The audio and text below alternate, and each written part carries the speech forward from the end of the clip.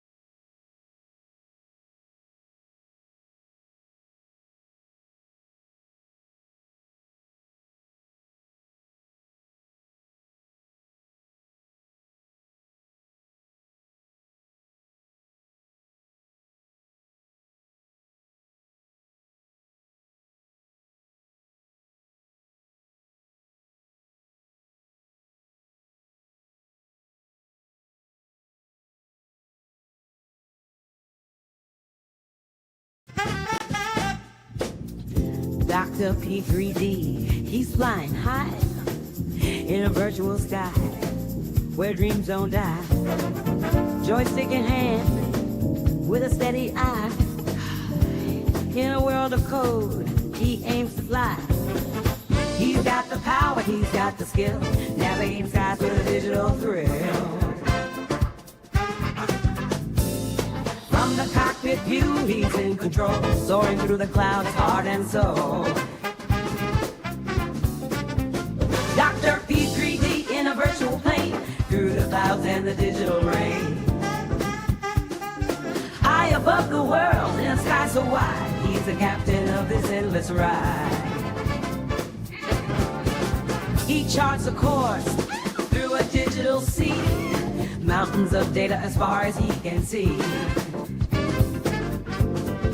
Every loop and roll, every dive and climb, a master of flight in a world sublime.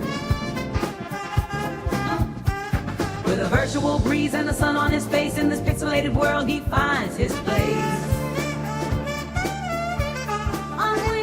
On wings of code, he's breaking free, Dr. P3D, where dreams can be. Dr. P3D. stars and the digital ring. High above the world in a sky so wide, he's the captain of this endless little ring.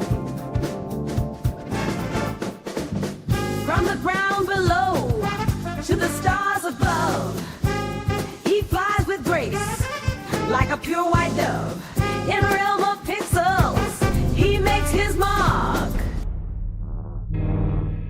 Well, rip that one. Playing the intro, it literally said copyright claim, so rip on that. And Fly Live is not being shown. Why? Why is that not coming up? It's running, but it's not coming up on my...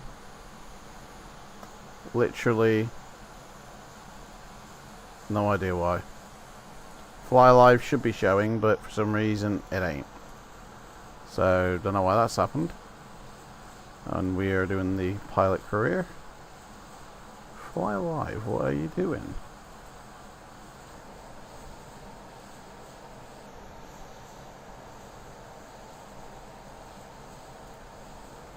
I mean, this is a great first stream, isn't it?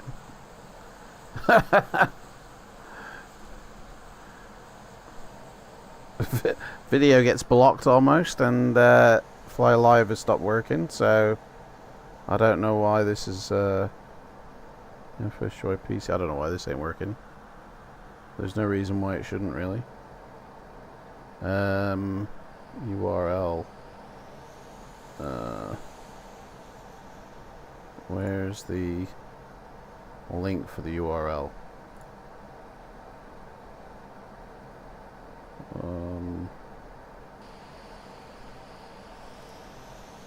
Yeah. I don't know.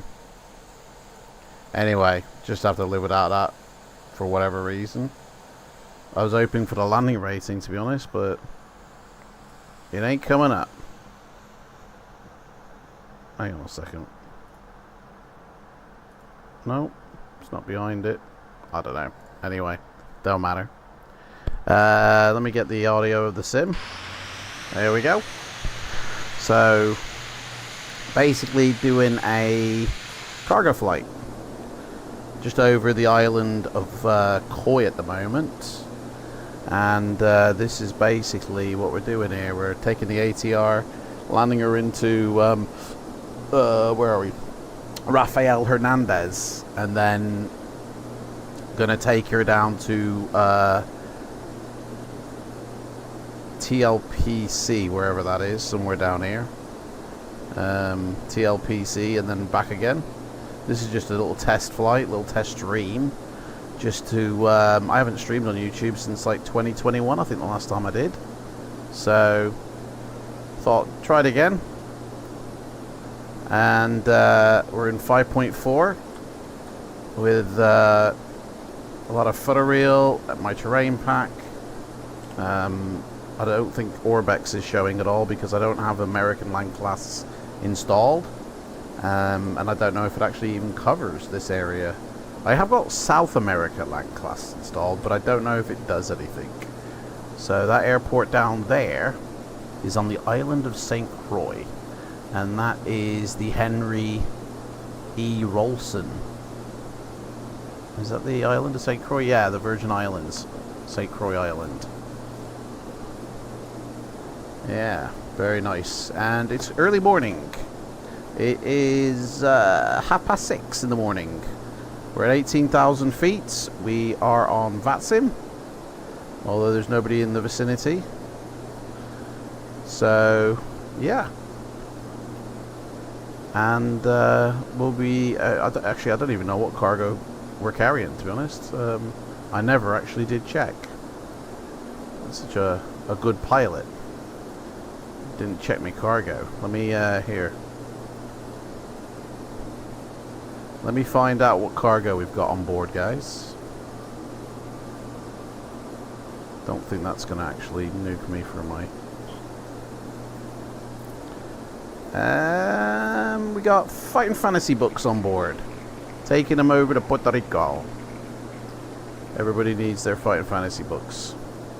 which I will be doing this Sunday. By as it happens, I'll be reading Phantoms of Fear this this Sunday on this channel. In fact, it's this Sunday. Yeah, that's working. So it seems to be going out. We haven't been blocked by YouTube, so that's good.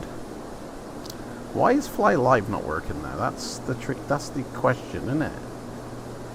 Let me restart it. Maybe it was because let me restart Fly Live. For some reason we took off from TTPP and we're going to TJBQ, and we are mountain 7129. Okay, right, this is working, but then it doesn't work on my overlay. My overlay says URL is localhost 8080, which, like, I'm guessing is correct. Localhost 8080. Requires an app start. I don't get it. It worked fine with open overlay. No. It loaded fine with when I was doing this on Twitch, so I don't know why suddenly it ain't working.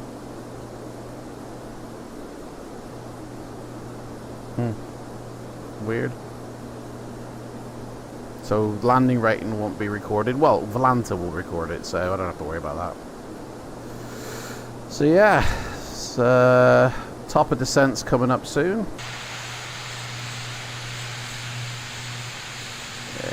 We're heading straight to it now, actually. We gotta descend 3.5 miles before our next waypoint. So the next waypoint, 170 miles. So in 167 miles, we'll start our descent. But we will have already, long before then, come over Puerto Rico, which is coming into view right now. So we got active sky doing the weather.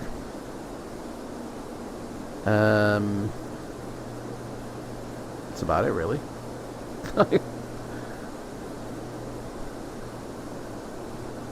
Yeah. Clear day. Oh yeah, in fact, let's look at the weather, shall we? What kind of weather are we going to get in Puerto Rico? Let's see here. We got 12 knots of wind blowing 90. We're landing on runway 08, so that's fine. There's no rain reported. The temperature is 27 degrees. Oh yeah, get your shorts out. And the pressure is 3002. So, gotta remember all that.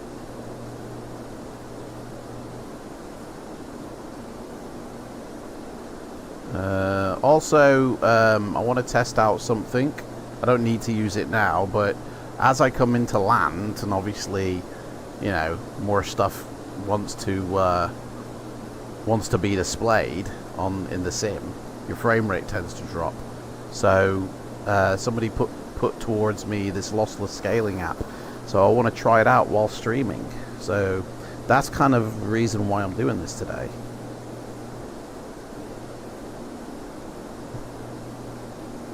Must be a reason why that's suddenly decided not to work. I can't fathom why.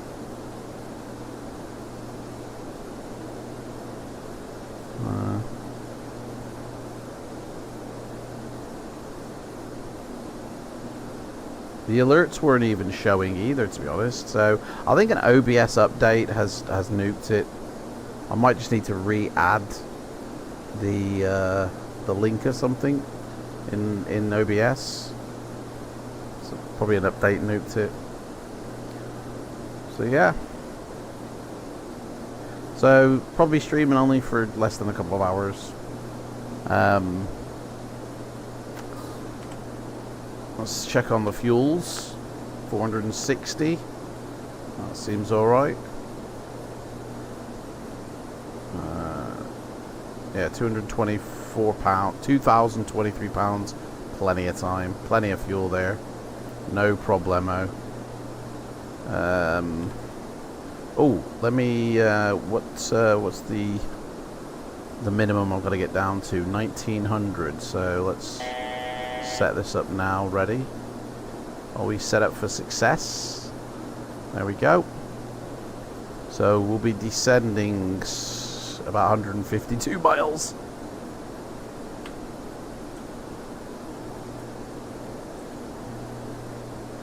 So yeah, like the last time I streamed on YouTube was back when I was doing True Sky vids when version 5 first came out. That was like the last time I streamed on YouTube, and I only went to Twitch because I wanted to separate content creation that was pre-recorded is on YouTube, and then live streams are on Twitch, and that way it's nice and easy. But I decided like, you used to have an insane high bit rate to do, oh hello, clouds, to stream on YouTube. It had to be like 14,000 minimum or something. But I don't know when they changed it, but now it's like Twitch. 6,900 I think is the minimum, or 6,800. On Twitch it's 6,500. So like the higher the bit rate, the more encoding power is required from your hardware, the more it takes away from your stream. So now it's kind of like low enough. I don't know what the quality is going to be like. YouTube I tend to find is a bit more compression than Twitch, but that's what this is all about. Test it, find out. So yeah. So as soon as my FPS here in the corner starts to go down below 30, I'll activate the lossless scaling, and then we can keep the 60 FPS as we descend down into Puerto Rico.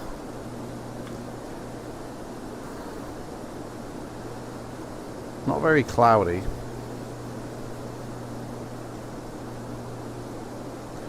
Got some nice. I found a new airport actually, freeware. There's an airport somewhere around here, and like I've already got 3 airports, is it, for this island? Let me check my map. For Puerto Rico, yeah, I've got 3. I've got Louis Minot, I got Fernando Louis Riba, and now I got the Rafael Hernandez. But there's a freeware available on a website for Mercedes International. So now I've got 4. So yeah, minimize that, don't need that anymore. Keep that up. And still nobody's here, so yep. There's Puerto Rico. Beautiful.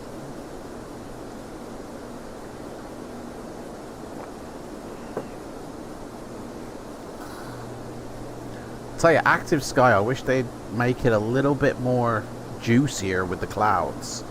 Obviously it depends on what the METAR is, but I'm not enough of a fan of how they manipulate the clouds. Like I love what they do, they put in, but the way they change the True Sky clouds, I think they could do better. Because the defaults, man, I've got a video that will be launching at the end of this month where I changed the weather for True Sky using the defaults menu, and oh my gosh, there's about 5 layers active and it looks amazing, and I've never seen Active Sky produce anything ever close to that. But I mean, there's not much cloud coverage in the sky at the moment, so that's probably why it looks like crap. This isn't indicative of what hi-fi simulations can do with Active Sky. Don't think that this is a norm. This is what the METAR is at the end of the day. So beautiful. I let a footer reel down there with my own autogen. And I try and put footer reel in wherever I can with autogen. Makes it just a little bit more real, you know? You know, like the way Microsoft do it with their Bing Maps. When they're working, that is. Nobody enjoyed it yesterday when Bing went down. Oh, people were cancelling their streams, shutting the sim down, even though you could still fly in it, you know. Talk about a ripperoni.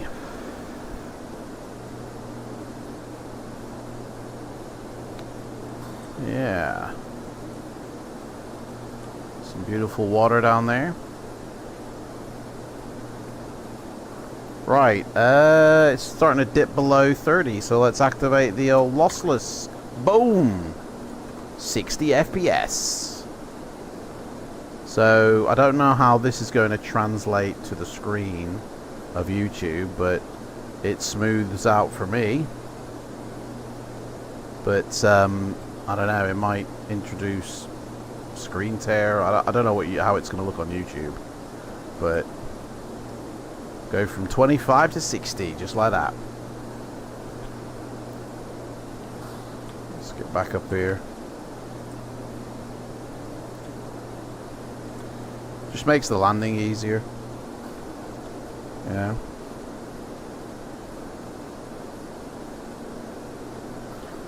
So yeah, we'll be landing into TJBQ, then we'll be heading off to TLPC, and then returning to TJBQ.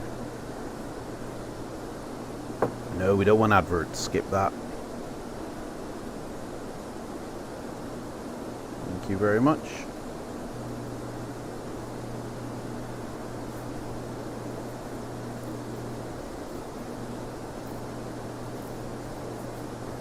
So this little icon in the corner here, that's my virtual pilot life. I do, if I can bring it up here now that I'm in that mode, I do Simbit World's virtual pilot's life, and I'm a senior first officer working for Mountain Air Cargo. So this is the flights that I've got to this is the flights that I got to do the rest of this week, which is this one we're doing, and then these two which we'll do after. So I'm literally in the middle, basically. Just about to finish off that one. And then that'll be it for the week. Sweet. Right. Hey, clouds are coming now. Look at that. That's better. That's more like it. Right. 114 miles to go.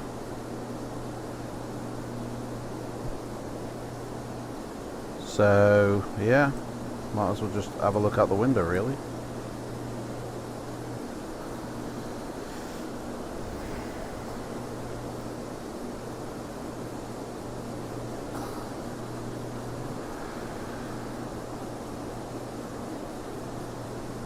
So we won't be doing the chicken again on this on YouTube. Just even the video itself was enough to trigger. Yeah, no lag there.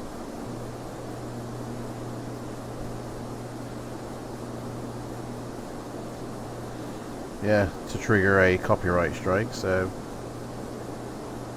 I'm gonna have to come up with some other video. The song should be okay, but say YouTube's algorithm for copyright material is so much better than Twitch's. Like,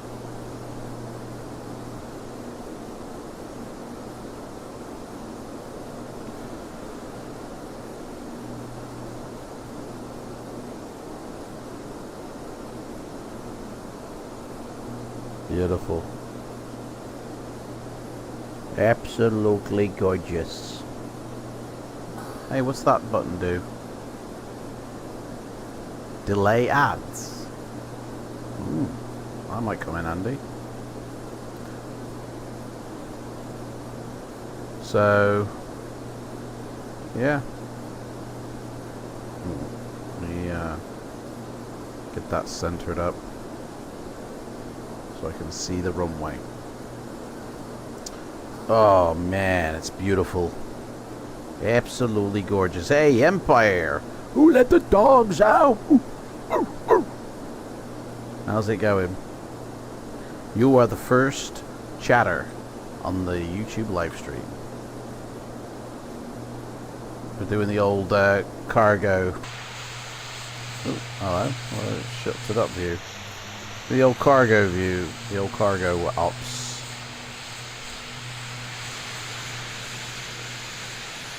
Early morning ops in Puerto Rico. Got that lossless scaling thing, mate, running. Giving me 60 FPS. I don't know how it's going to come out on YouTube, though, streaming, but it's certainly smoothed it out. You know, for me, if I... Like, my original frames would be... Actually, my original frames would be 30, so I don't really need it yet. I'm getting 40 anyway, so that's smooth enough, to be fair. It's only when it goes down below 30 that I need to activate it, so... That's fine. I find, actually, that I don't need it as much as you'd think, you know? It's good that you can trigger it on and off. And all the settings are maxed out here. Everything's on full blast. So, and to be honest, considering every setting is maxed out and I've tweaked the settings to get more as well, man, 5.6 VRAM. That's not too bad. You played around it with P3D frame gen, you got 120 to 130, mate. That's ridiculous. Like, 60 FPS is the highest you'll ever need. You'll never need more. Unless you've got a G-Sync monitor, and then, yes, 144 is what you need, or at least 75. And then it'll do the rest, but... Like... For every single frame being drawn, that's something your GPU's got to do. Beyond 60, it's not then going to be able to do other things, you know, like reflections and anti-aliasing and shadows and shit. Like, everything gets queued up in a job. Actually, what's my CPU doing right now? Yeah, it's all ticking over nicely. In fact, let me just put Active Sky on the cores that, like the virtual cores. I don't want them using the P3D cores. Active Sky. That way, that'll put Active Sky on those cores and Chase Plane on the virtuals. That helps spread out the workload a little bit. Last night he was interesting. Did 3 flights, and the last 2 had the gang. Yes, yes, I had fun last night, mate. Right, Coatl as well. You're quite a interesting little resource. We'll put you on the virtuals. Who else wants to go on the virtuals? Anybody else? Navigraph? Yeah, might as well. We've got some time before we have to descend. Navigraph have 4 processes running for their charts. 4. And have an extreme.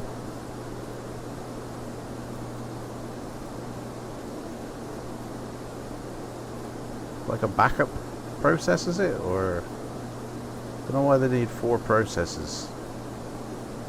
Identical they are as well. Right. I'm gonna stick OBS as well on the... No, actually, better not. Better not.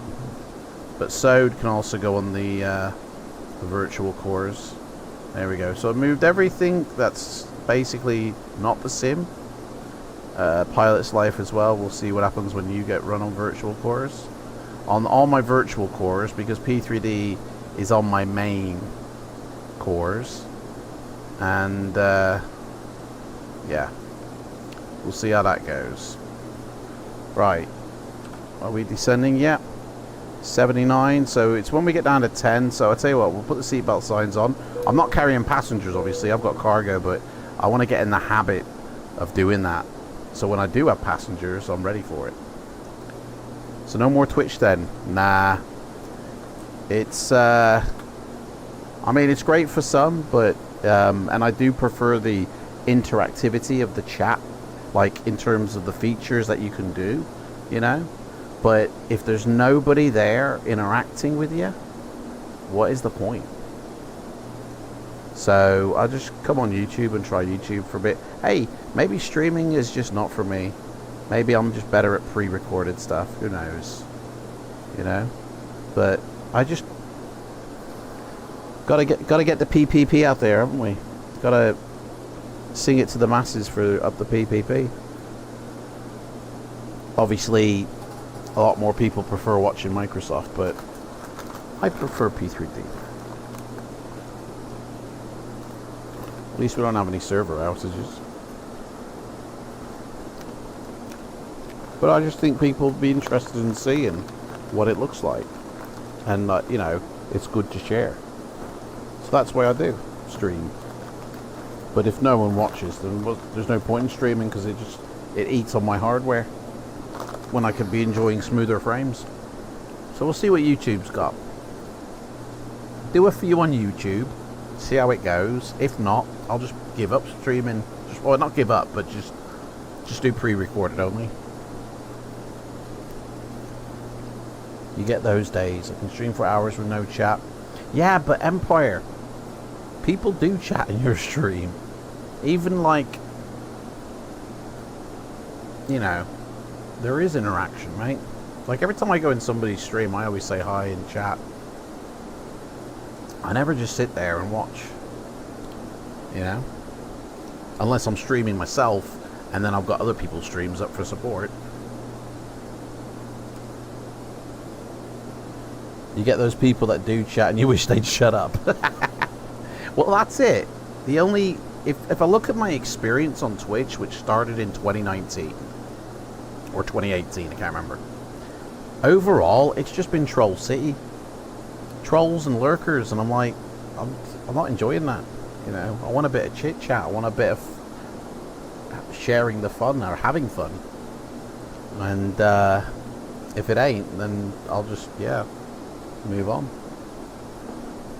Obviously, everybody has a different experience. Some people will say I absolutely love it because I've got such a great community, or whatever reason, you know, but I just like to fly.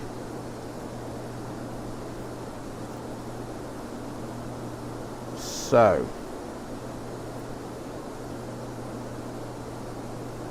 this thing doesn't need that much to descend with, so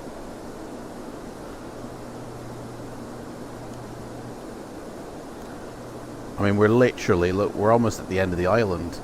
You know, we haven't even descended and we're at the end, almost at the end of the island, because we got to go all the way out here, turn around. Actually, we'll start descending now because this will turn before. In fact, I better, hang on a sec.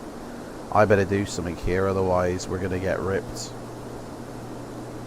Better keep the course to Antex, which is, what's the course heading? 100. Because otherwise, this will turn me. Oh, it can't be 100. I don't know what it is. 297. I don't know. We'll say that. Keep that heading. Oh no! Don't turn. Yeah, keep that heading. And then I'll do a. Actually, I'll do a direct to Junta. Where is it? Here it is. And then that's set up ready for the turn. So yeah, we'll start descending now. Let's get down and turn these pumps on. That's it for now. Let's start to slow down. And we'll go down to 215 to begin with. Wait till she slows down a bit and then we can start our descent. Let's get it on. Put that on the other screen so I can keep an eye on her.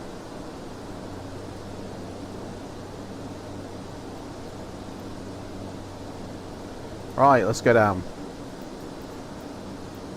Yippee-yay.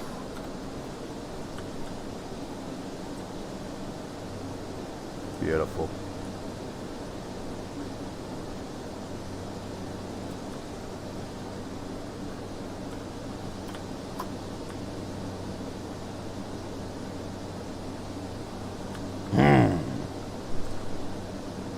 Gorgeous.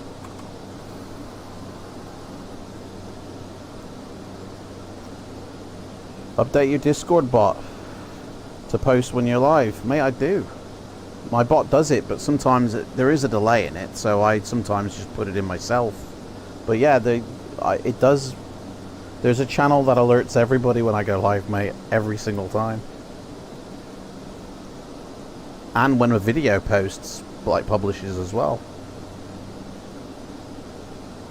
I mean, at the end of the day, you'll know somebody's live if you not only follow their channel, but have the notifications set to alert you. Like, that's when you'll know people go live. Or, like, they have a schedule, you know. I always put a day or 2 days in advance the time and date I go live, so everybody knows. And it's always a Tuesday, a Thursday, or a Friday. Although lately it's just been like Thursday or Friday when I did stream.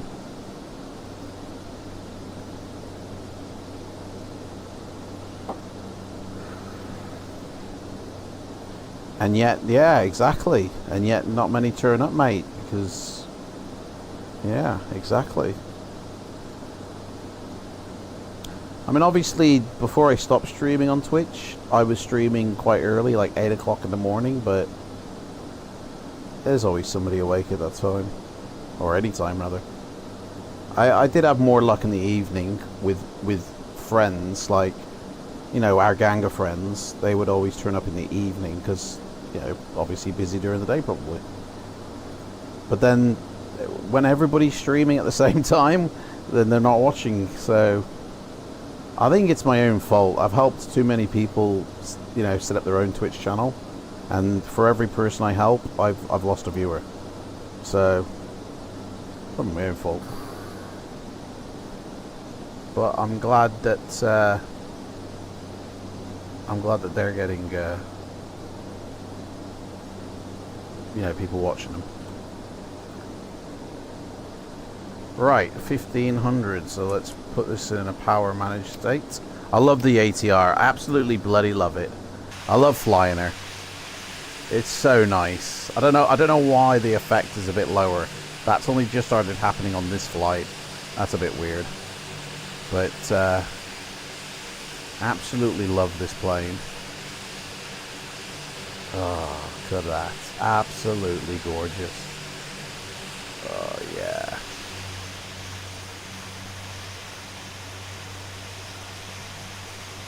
I say it. Yeah.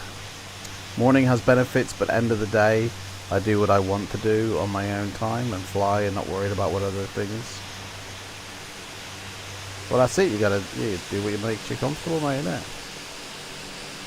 Right. So we're passing the island. The airport's just around about here now. So yeah.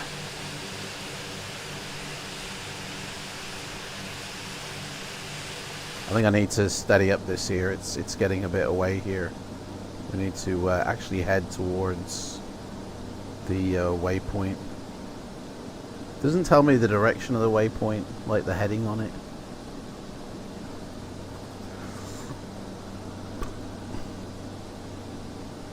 Oh, well, that's it. Predictions. We can't do predictions, can we? Can't use your channel points. YouTube is like so rubbish for that. That's why I preferred Twitch, but got me depressed, so try YouTube.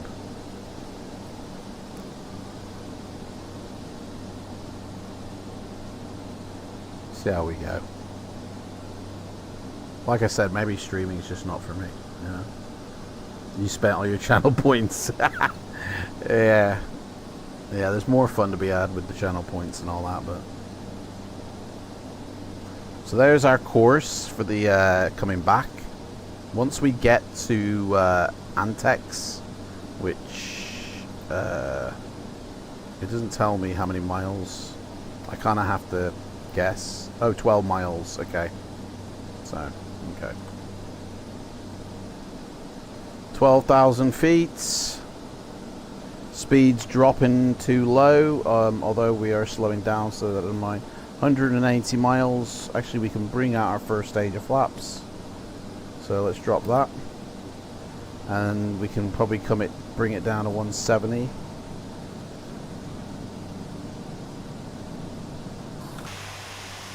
Drop those flaps.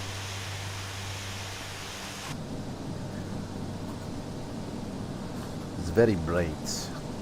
Going through the clouds. It's a beautiful day, man. It's like, you know what I mean? There ain't much to shout about here. Hey, Empire, you might be able to help me here. My Fly Live isn't working in the overlay. Like, OBS updated, but I'm wondering if I got to redo my overlay thing, because... Here, let me try and reinsert it. Let me delete this. And just put it back in again. Like, I seriously doubt that's going to be the issue. So, browser.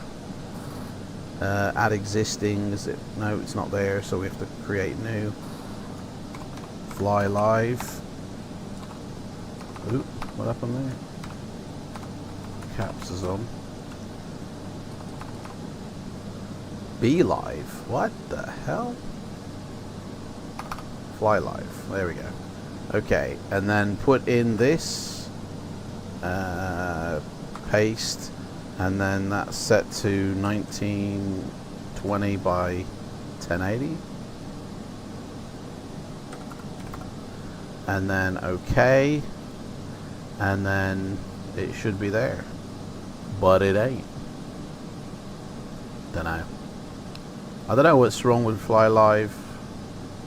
OBS not reading the URL. Your URL is pooped, or Fly Live not sending it. I mean, it does work, as you can see on the screen, but for some reason it don't work translated into OBS. It did work. It just stopped working for no reason. So I don't know what that's all about. OBS needs a restart. Nothing's changed. Like, I mean, I had an update with OBS actually, so yeah. Obviously, I'm not going to restart OBS during a stream.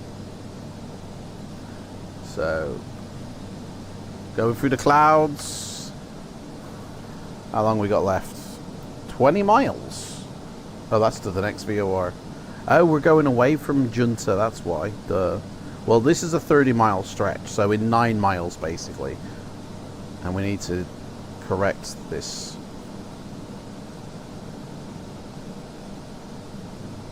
$10,000 feet. Let's set the QNH for the airport, shall we? 3002. It is, I believe. 3002. 12 knots of wind now, blowing 090.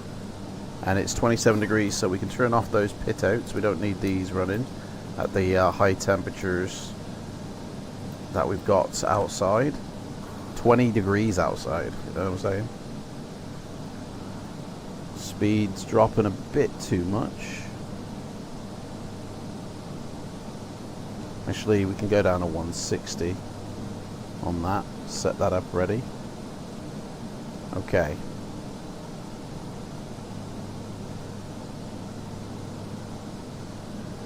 Let's get ready to rumble. Frames are okay. We're doing fine. So we'll just go past Antex a little bit. Let me reduce this 700. We'll go past Antex and then we'll turn back into Junta, because otherwise... Oh, actually no, I can do the turn myself. I think we're in the clouds now. That's it. Descending down.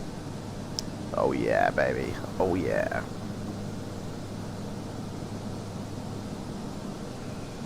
At least we got Volanta for the rating. We'll still know the landing rating. Maybe it'll appear on the screen still. Who knows?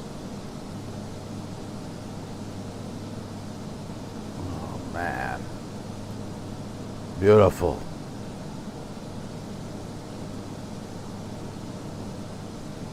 Got the water coming up soon. Got the terrain pack, the ocean pack, the sky pack, the volumetric clouds, CFG. Got it all happening, man. Got the, what are those islands called? The Seychelles Islands a while back. And installed it. It's from FSDG. They look alright. They cover loads of islands. And you get loads of airports and seaports. But the landscape terrain that FSDG have put in looks wank. And when I removed it to have a look at default, I mean, obviously the Seychelles area was being completely done at, you know, global base from Orbex, my terrain pack, and the default stuff. But it looked way better. But obviously the airport didn't, and it's such a shame. And I tried to get the best of both worlds rocking on it, but the way they've made that airport, it's kind of stitched into the land, so there was no way of getting the best of both worlds like I did with the Maldives.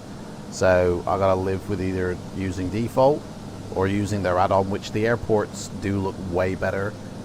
What was that noise? Something, I heard a noise then on my PC, but I don't know what that sound was. It's almost as if something was... Oh, an update. What? Mate, I'm not updating halfway through a flight. Come on. I'm setting up YouTube myself to stream on both Twitch and YouTube. I wouldn't do that, mate. Did you know it breaks Twitch terms of service to stream on multiple platforms?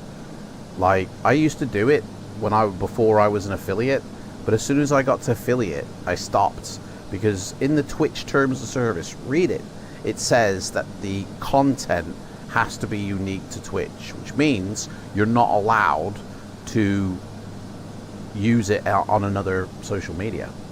They removed that, have they? Ah, oh, okay, well, I didn't know that. If they removed it, I guess, go for it, yeah, man.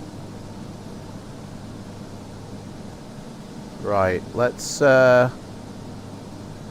we need to be at 2,500 at Odez, at 4,000 feet by Junta, so let's head back now to Junta. Let's turn and burn, 37 miles. Oh, she's turning the other way. Oh, that's whatever. I was hoping she'd turn to the right. Just the plugin needs updating and more bandwidth is needed. Then again, I used to do Kick and Twitch about 6 months ago. You have an update. I know, yeah. I don't know what to do, mate. What's an update? I'm not used to that. We don't usually get updates. Usually it just works. Don't need to update. You know? Steady. You've got 50 steady coming in. I mean, that's going to go down, and it'll go down to like 25 by the time we land. So that lossless scaling will come in handy on the landing. Look at that ocean down there. Oh, yeah. Oh, baby. Thank you very much. Right. We're lining up now with Junta. And I think we can start to go down. We might as well keep it at 700, actually. We'll see how she goes. We need to be at like 2,500 by Junta. See how it goes.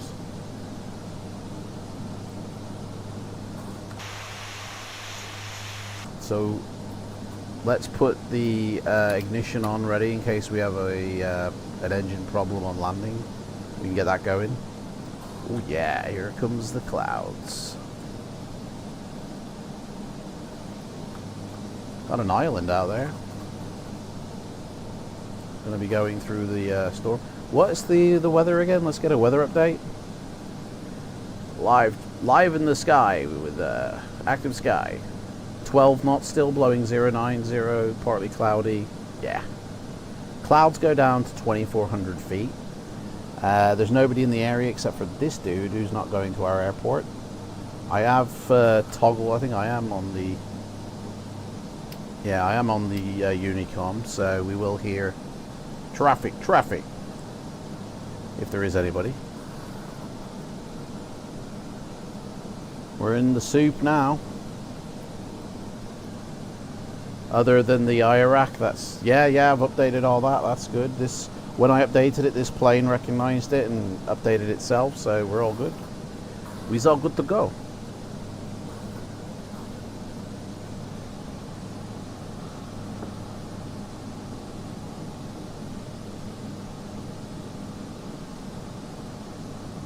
They'll give it a load more airports by sim market as well to review. To sort them out. Right. Here she comes. We're coming in.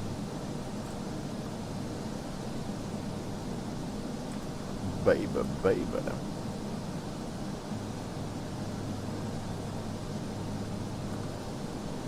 Okay, 4,200.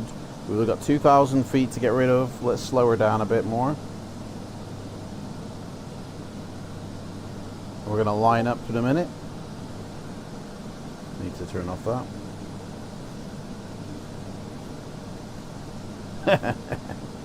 Up the PPP. Yeah, let's update the pictures I took.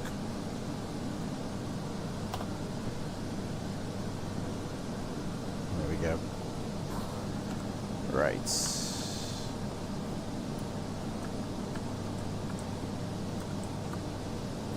Oh, starting to get a bit turbulent. She's rocking and rolling.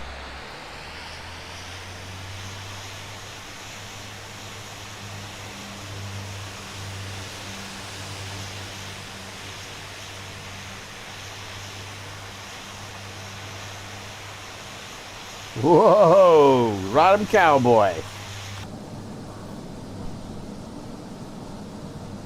Speed's good. We're descending nicely. We'll hit 2,500 when we need to. Wind is 15 knot headwind on us. So that's going to turn to a crosswind when we turn for final. Airport somewhere over here. Oh, look at that heavenly. It's like heavenly God shot. Ah.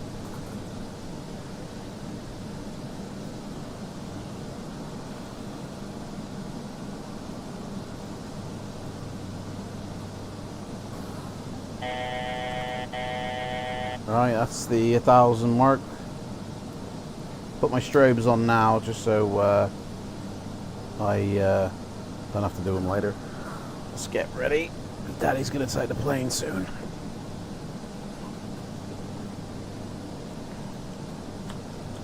This is just a test stream. This is just to see. Obviously, Fly Live I need to sort out. I'm hoping I do need to use that frame gen. I want to actually do want to see what it's like. So, where's the land gone? There was an island here a minute ago. Where's it gone? I don't actually see any land now.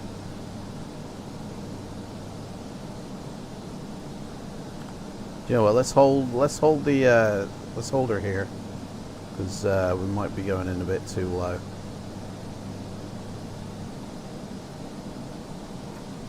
Why are we still descending? I just clicked Alt. I hit the wrong button. That's why.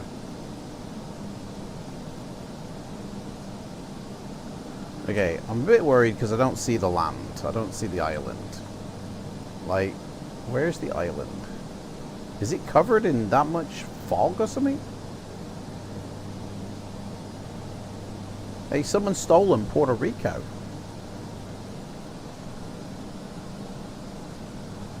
Literally, we should see the tip of something. We're only like 24 miles. Well, maybe 34, 40 miles away from the coast. But surely that should be on the horizon. Oh, there we go. I think it's just loading in now. Still don't really see anything.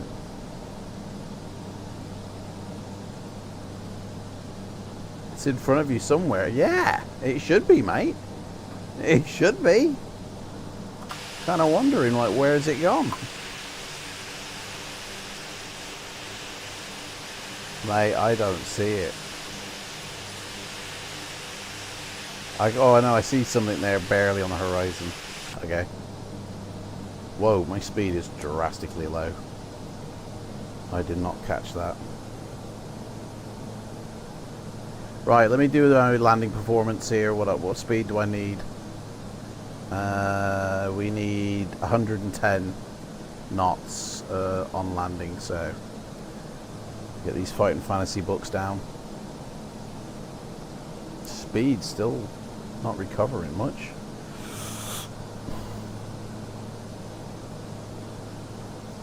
Okay, we can start to slowly descend again.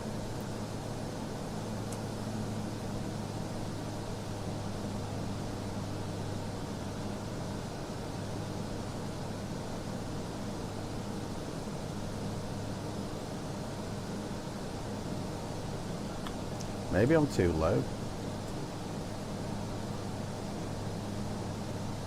Dude, I'm sure by this distance I've seen the land by now.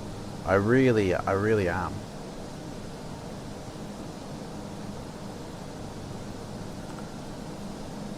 Okay. Well, we're only going down 1900, so my speed though is way too low. Actually, we could go down 150, I suppose. But yeah, we should be going a lot faster than this. Headwind, man. It's nailing me.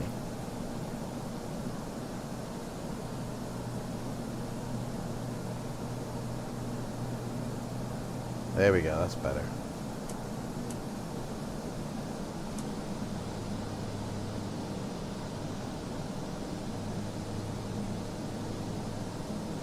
Okay. We got this.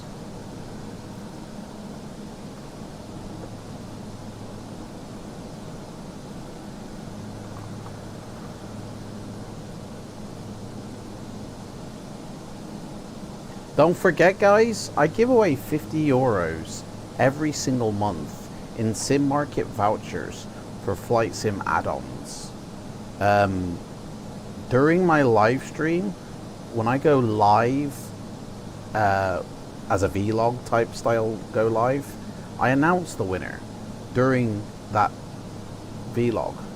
So if you want €50 to go spend on add-ons on sim market, then all you got to do is be a subscriber to my channel, leave comments in my flight sim videos, and you could be spending €50, which is like 45 quid, I think,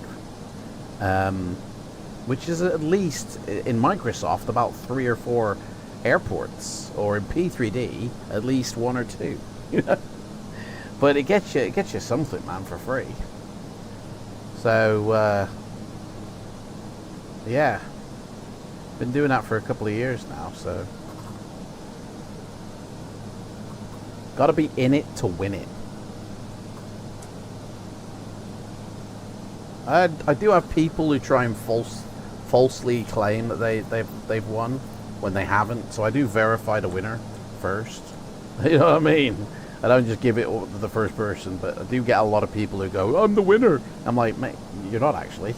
Like, you're not the name I called out. Your channel is not, you know. And I had one person who actually made a channel with literally 1 letter difference to try and claim the €50. Like, some people are just scummy.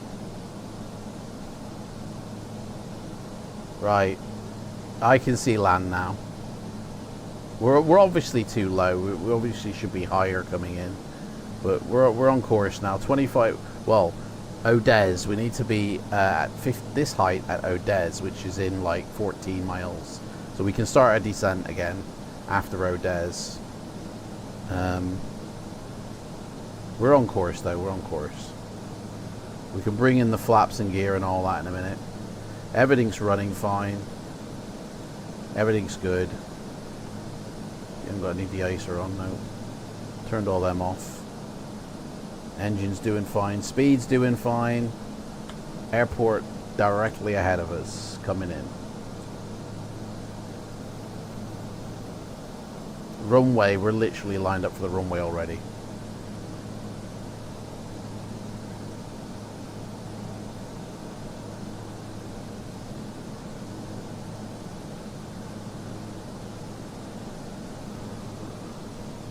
Dr. P3D is drinking Dr. P.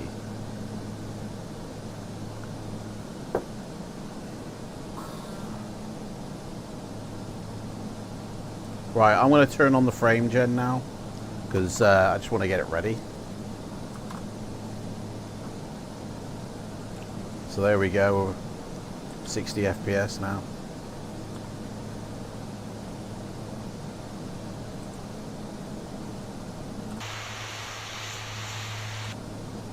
Okay.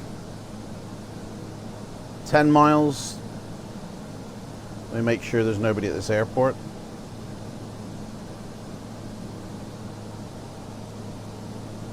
Nobody.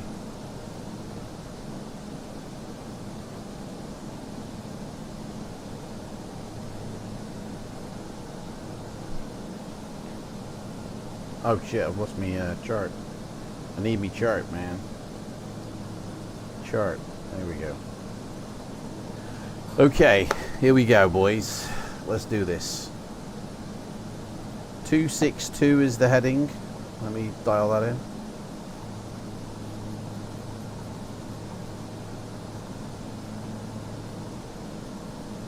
No, 262 is not the heading.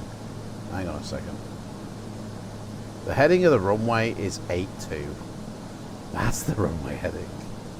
Whoops. 82.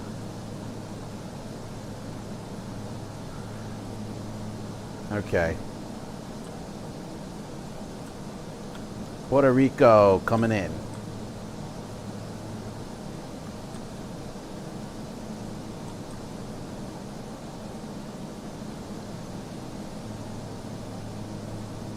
Beautiful.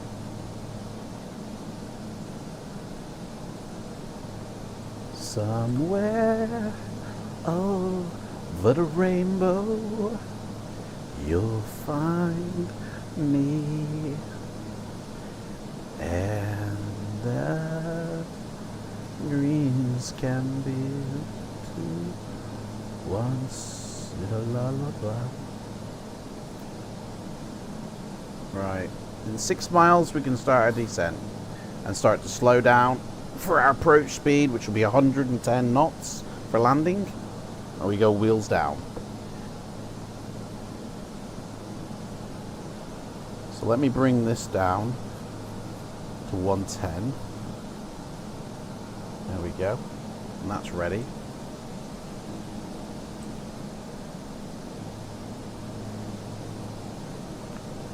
Get a little bit of artifacting there on the ground textures, I noticed. What's it like, smoothness, Empire? Still as smooth as ever? Or is it a little bit juddery?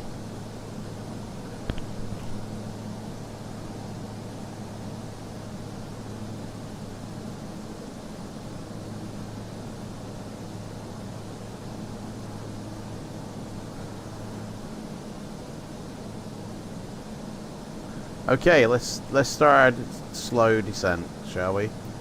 300 feet per minute. We'll try that.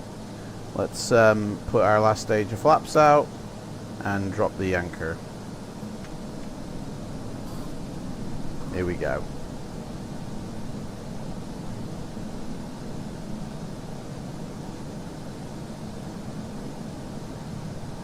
Got a new series coming out. Well, 2 new series, in fact, on YouTube. One's called Daddy's Got the Plane, and another one is...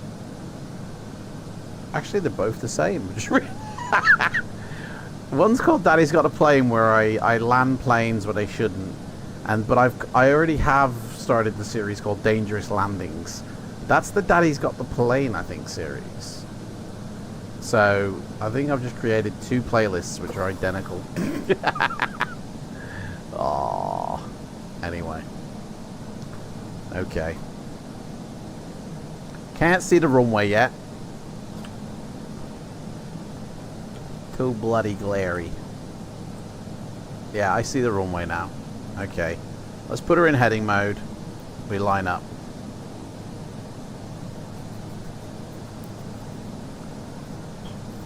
Don't know where she's going. Where are you going, love? 082. Oh, what? Hang on a second. RNAV. Go back. I set that to 082. Why is it on 266 now? Like, that's a complete rip. Did I set the wrong... Did I set the course? 82, man. Fucking hell. I think I set the course up. I did. I set the course up. Whoops. Complete balls up. We were lined up perfectly as well.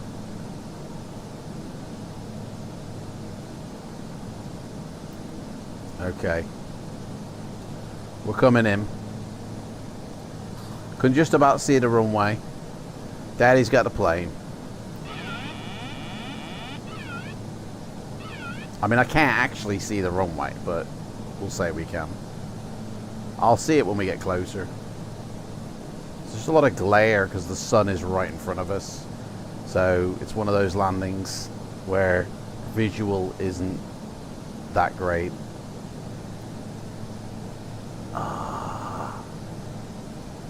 Luckily, I've landed here before, so I know where I'm going. Let me keep her at this altitude. Actually, we've got a 12 knot headwind, so that's not going to be fun.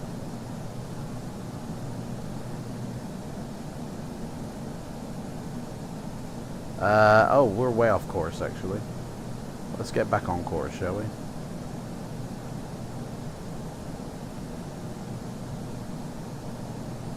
I realised how off course we were then. I guess the plane hadn't finished lining me up from when I was off course. Alright, we're going up actually, so that's no good. Okay. Yeah. Oh man. What a bird. What a Mr. Burns this is. There's the runway, I can see her.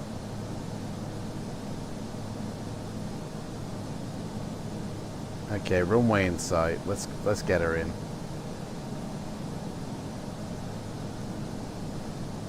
Just in case somebody has spawned in. Rafael Hernandez traffic ATR 7126 landing runway 08, passing 13 for 082. Okay. Here we go, coming in. We got 3 green. Why is my wheels up? I put that down. Whoa, hang on a second. Oh my gosh, I know what's going on. I've still got... Hang on a second. I mean, this is not something to do when you're on final, but I've just realised I haven't got my ATR. Whoa, what the hell? I haven't got my ATR. Oh shit, I think I've just nuked myself. There we go. Okay, there we go. I haven't got my ATR bloody profile set for my controls. I had a single engine thing set. So that's why the wheels went up at the last minute. Okay, we're back on track. We're ready to land. Here we go. 1000. Do my own call outs. I have got the call outs. There should be... There you go. Too late, mate. I've already said it. Okay.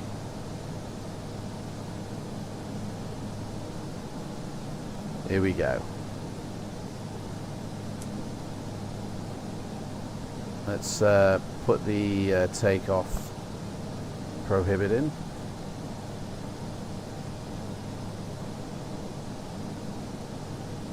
Because we're definitely going to land this plane. It ain't going to be like a go-around situation. We're definitely going to land her. Okay, so we're getting crabbed. So that's no good. We're getting proper crabbed.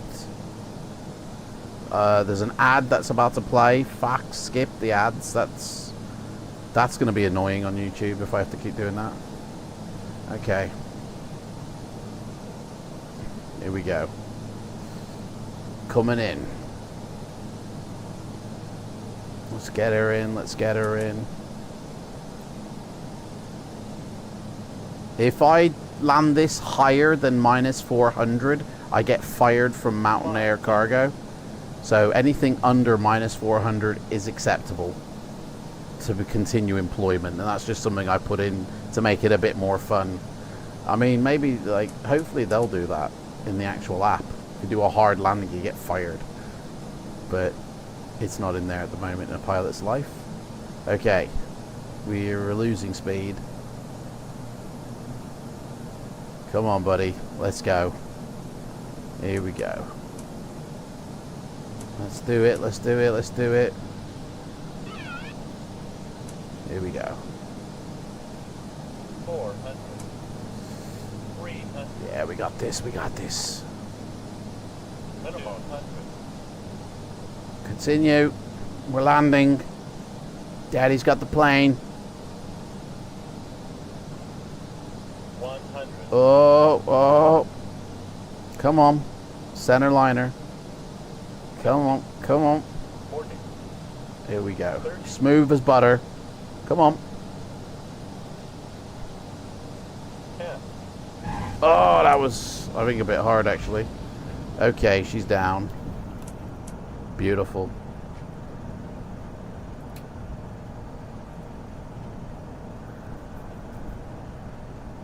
Verser's unengaged. Well, we've missed this taxiway. We're too fast for it. Sweet as butter, that was, I think. Okay, flight director off. Turn off this stuff. Don't need it. Okay, where's the taxiway? Where do we want to get off here?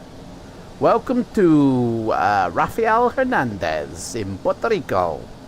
I got your fighting fantasy books, guys. Just gotta find out where we're gonna land her.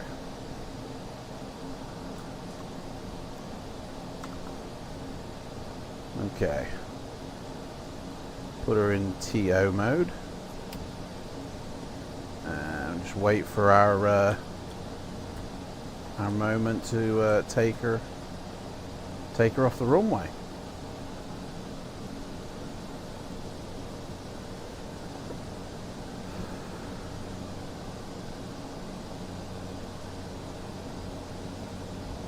There's a Connie there. Look at that.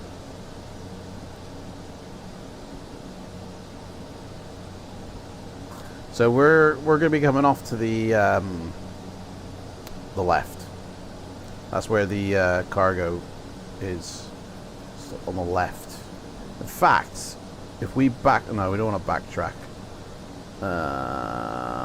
We're going to be in the FBO GA area. Here it is. This is us. Can you guys hear the sim, by the way?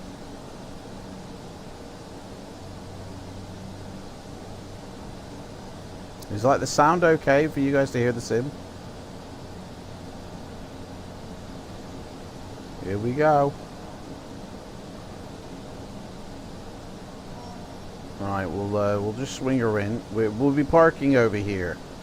So, but I need GSX to do it because they're very particular here. If you're a micro-millimeter out, they don't give you ground services. They're very anal here.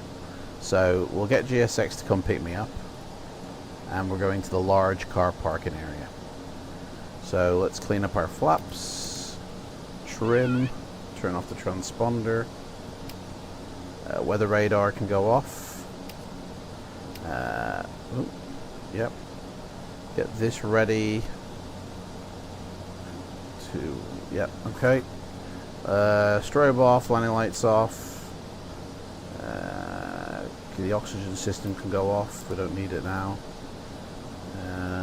And that is it, I believe, for now. Where's our dude? Here he is. He's come to pick me up. Here I, mate. Let's take her in.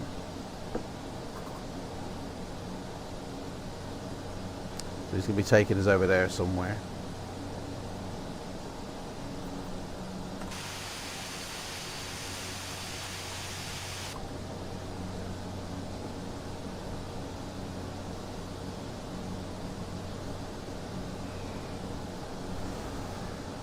Must have gone.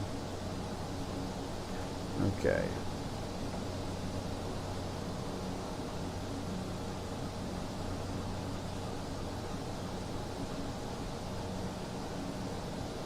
So once we get our frames back, I can turn off the thingy. I only use it for the landing, really. It should come back. I mean, it's above 30 now, to be honest, so I could turn it off now. Let's do that, actually. There we go. Back into the 30s and 40s. Seamless, eh? Seamless.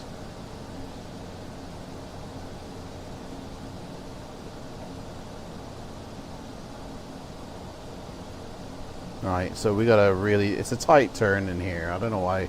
I might have to change the layout of this parking because it is a little bit ridiculous, to be fair. It makes me have to do some weird shit to park it. So I might change them so they're a bit more spread out and I don't have to do this weirdo turn. Okay. Where is he? There he is. Okay.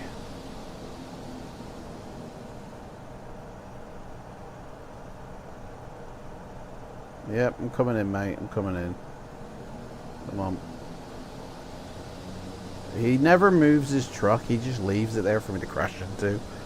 Excuse me. Oh, excuse me. Oh. Oh my God. What the hell? Right. Beacon off. Wing off. Parking brake set. Turn on the externals. Turn them off. Turn off the pumps. Turn off the fans. The packs. That's flip her over to external power. And is that on external? Yes. And we can turn off the engines. Beautiful. And that is, ooh, taxi light, missed that. Bugger. Let's get these fantasy books off. Unload them. And we'll go have a look at the landing rating. See what she did. So submit that flight. That's done. Volantis says my landing rating was... nope, because we're staying on for another flight, mate. We got two more flights left in us, and then we're done. My landing rating was -336. Oh, do you know what? Right, it's because I stream. Seriously, look at my landing ratings for my past flights that I did. So this is the one that I did today live on stream. This is literally the one I did before. Okay, -242. Right, the one before that was -164. The one before that was -208. Like, and if we keep going back, you'll notice like -97 on that one. Like, my landing ratings are really good in this plane, but as soon as I go live stream, man, they go to shit. Like, what's that all about? Like, anyway, there we go. Let me get the next flight ready, and then we'll get out of here. We're taking off, and we're going to the island of Saint Lucia. So the time in the sim right now, which is live time, is 20 to 8 in the morning. So we shall be taking off at 8:25 because that's the turnaround time. No passengers. Generate flight.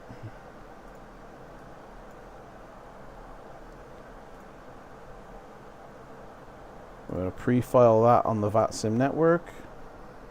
We should maybe start to have some ATC now that it's morning down in that part of the world. People are waking up, and hopefully you're gonna get on VATSIM. Let's find out what the next load of cargo will be for us.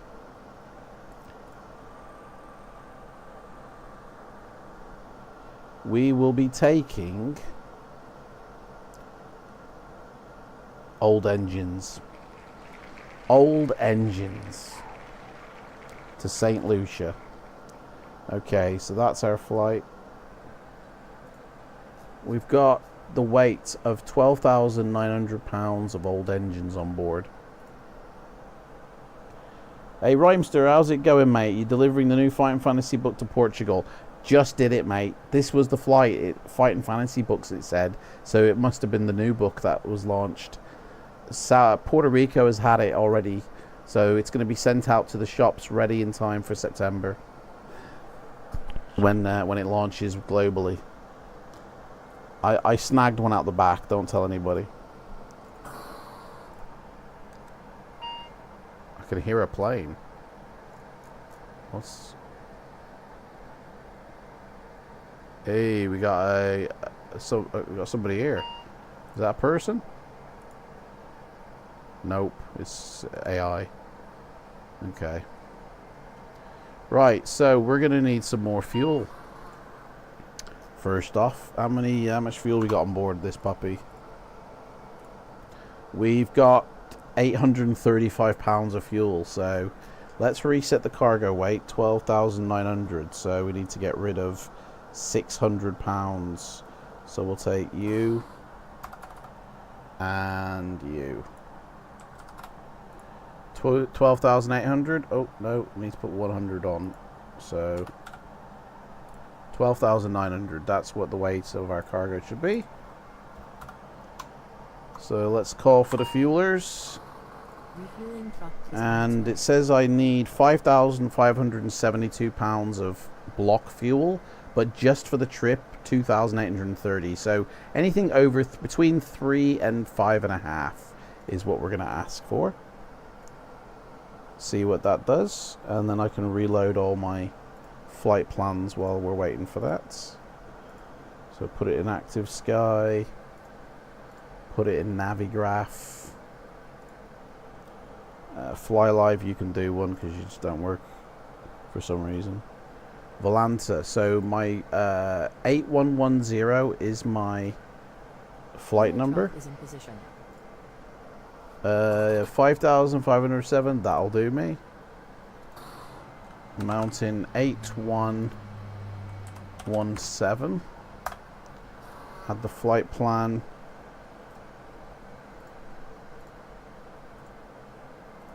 Okay, so let me put that actually 8117.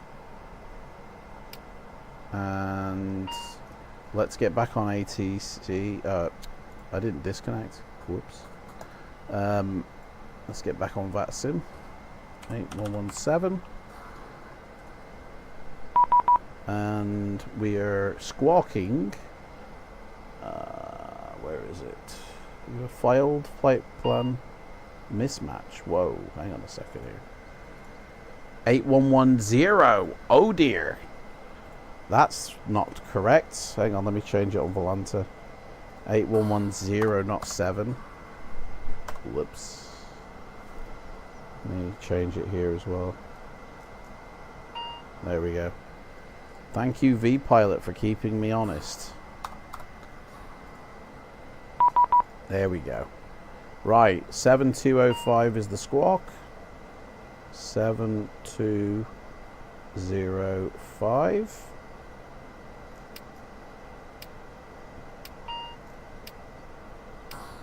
Beautiful. We'll call for a GPU so we can help start her up, even though they don't actually do that in real life. So we're getting the fuel. We're taking off from runway 08. So let's have a look while we wait for the cargo to come. What we're doing here. So there is no departure procedure here.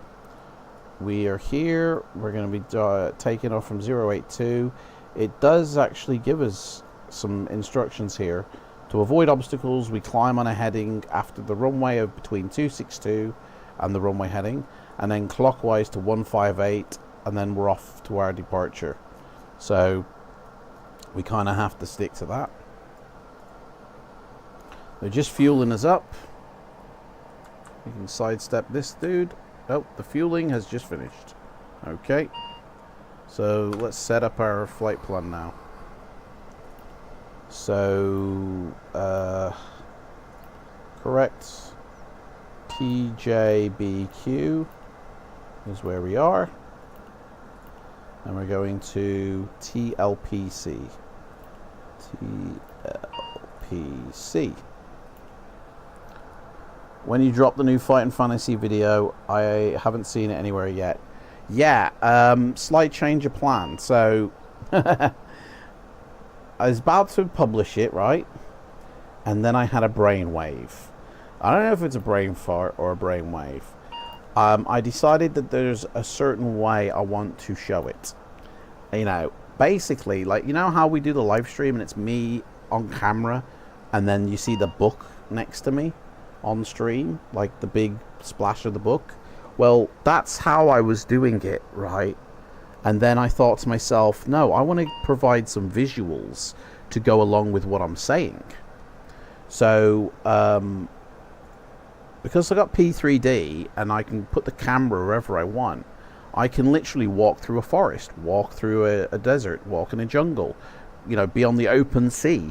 I can literally recreate the book in video form. You know, 3D, you know, description like of, and you guys will be able to see it. So I decided I need to film all that footage first. So once I finish, there will be a slight delay in releasing it, but it will be so much better for it. You know, you'll basically have me on camera and then a video representation of what I'm talking about next to me as I talk. Obviously the battle scenes, I mean, I could boot up a video game to recreate battle scenes, but I don't know. I haven't thought that far ahead, to be fair, but I just thought it'd be better. Yeah, we'll have that one, Derby. I thought it'd be better than what I was doing, so slight delay to everything. So I don't know when it'll be ready now, because obviously I've got to film. There's a lot I've got to film. Right, so here is our flight plan now. Taking off, heading to Tuna, to Gesso, to Geese, and then there's no arrival, but we come in down here to Dermy, and then straight into the runway on the island of St. Lucia, which should be an interesting landing because this runway ain't that long. So this should make for a very interesting approach. And it won't be a long flight either. The flight time, according to my flight plan, is less than 2 hours. So I might not do the return now. I might just take it down to TLPC and then that will be it. Because like I said, this is supposed to be a test stream, not like a full-on flight. So if it goes well, then obviously I'll do more. But right, Gesso, I need to input all these coordinates now. Tell the flight computer where we're going.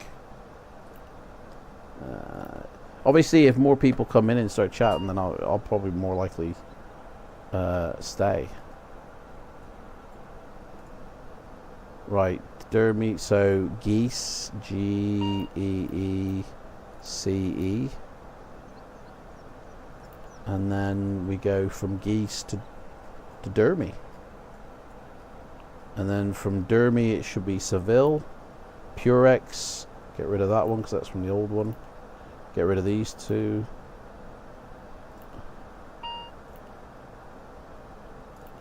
We're not doing a hold at Dermy, actually. I'll make sure we're at the right level for Derby. Don't you worry about that, mate.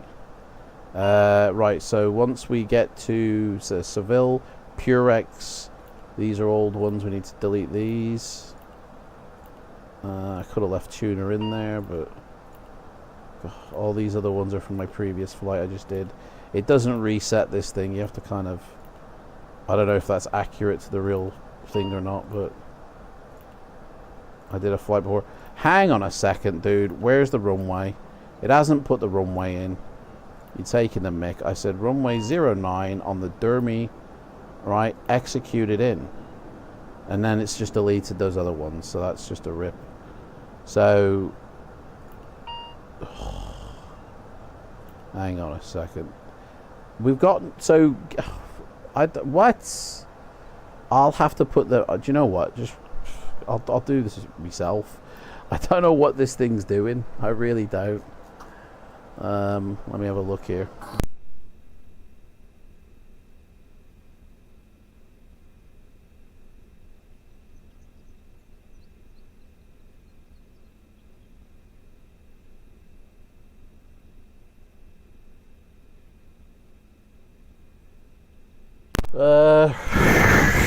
I'll have to redo this flight planning. Right, so TJBQ to tuna. Well, let me. Oh, tuna's down here. Let me delete these.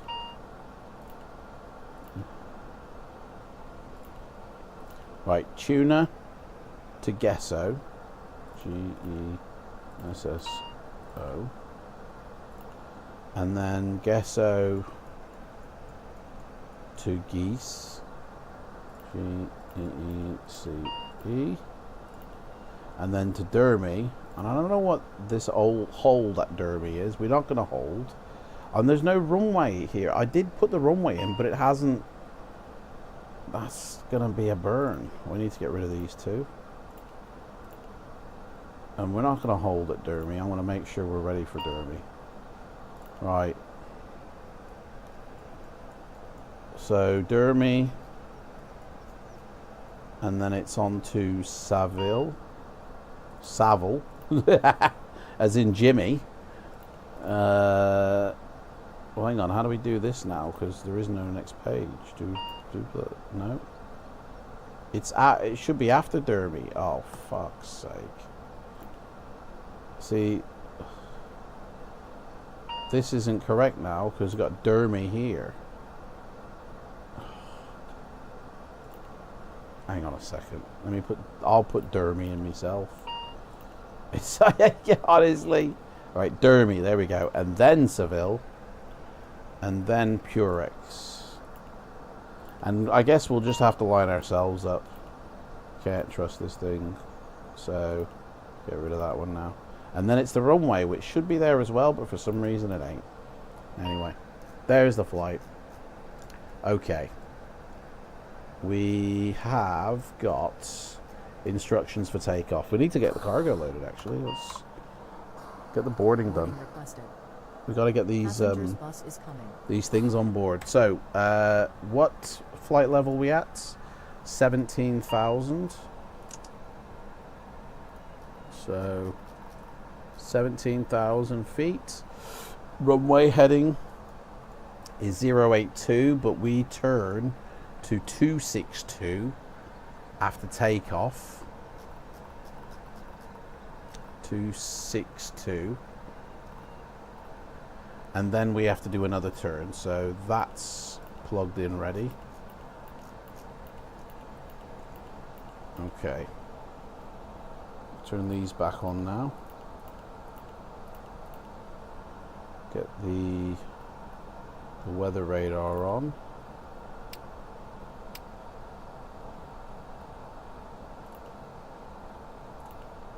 Looks like it's a clear day.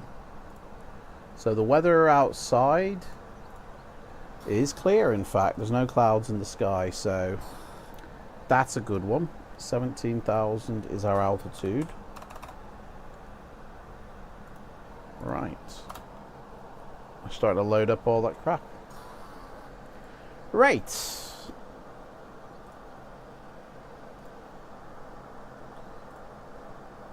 Got anybody on vaccine? Nope. TLPC just here. So it's a quick flight. So where we are, we have to, we don't need a pushback. We can just turn around. Travel down Alpha all the way to runway end at Alpha as well. So there we go. So I'm on VATSIM if anybody ever wants to come in and join. The weather today is 26 degrees. The QNH is 2999. So the pressure's gone down a bit. We've got 6 knots of wind blowing 110. Load it up, boys.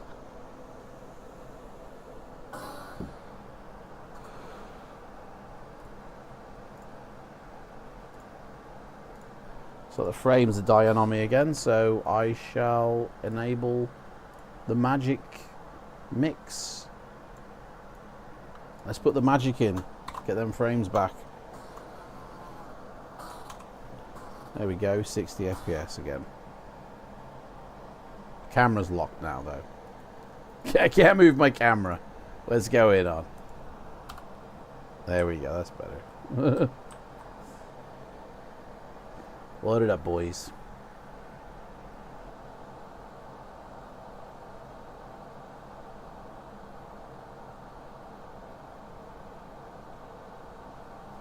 Oh, I hear the sounds. I can't hear the sounds. What's going on?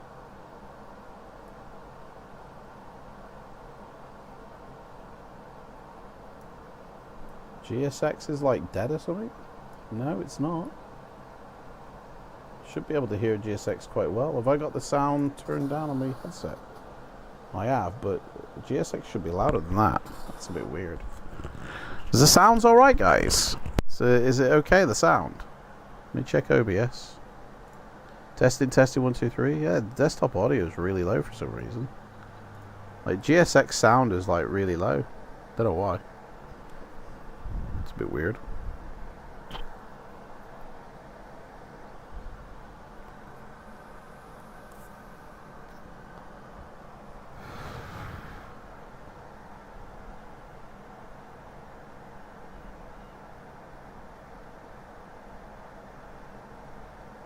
Right, see now it's really loud. Okay, let's set this plane up ready for launch. So, park and brake is on, throttles are cut, gust lock is on, nav light, logo light can remain off because it's daytime, and after, actually let's check it out and make sure, because at the transitional time for sunset, oh no, we're okay. It's okay. When we go to transition time, that goes really bright for some reason. I have to wait till daylight has come about fully before I can actually activate it. Turn the oxygen systems back on. And we're ready to start our engines, I guess.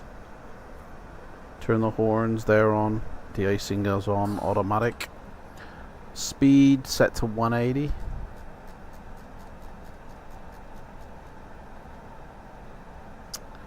Takeoff, inhibit.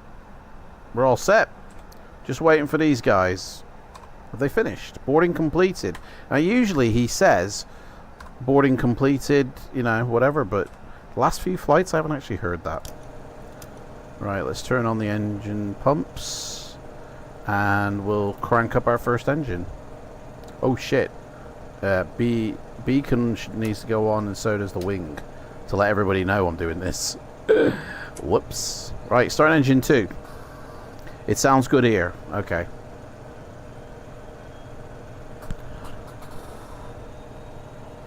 Engine 2 has started. Starting engine 1. Put these on.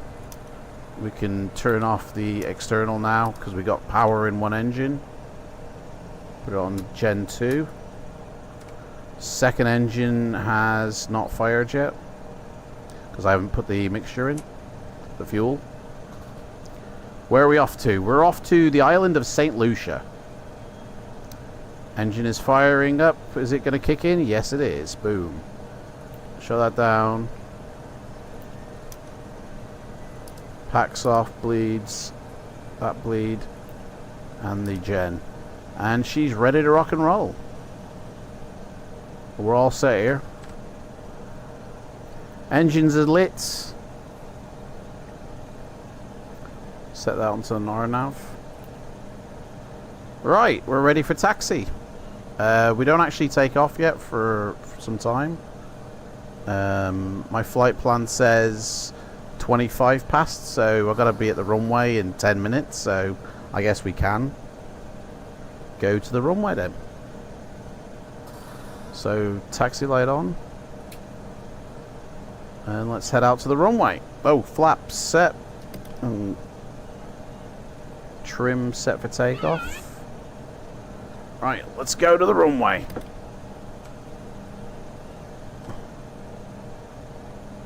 Get these engines up.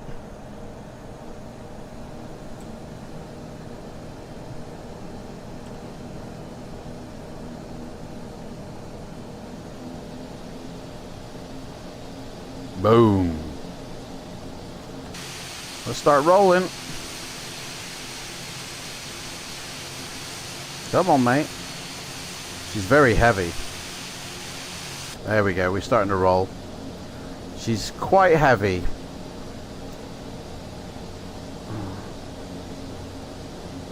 There we go. Okay, we can come off the... we got 50 frames, so we don't need this thing now. I'll turn that off, because we're back to like 50. Come on, where's she not going? Come on, get her up.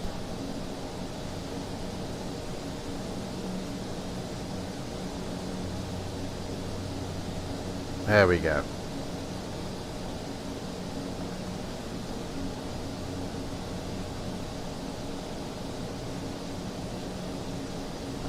Okay. Taxiing out. Slow her down a bit. Now the frames have died again, so we've got to restart it again. Make your mind up, mate.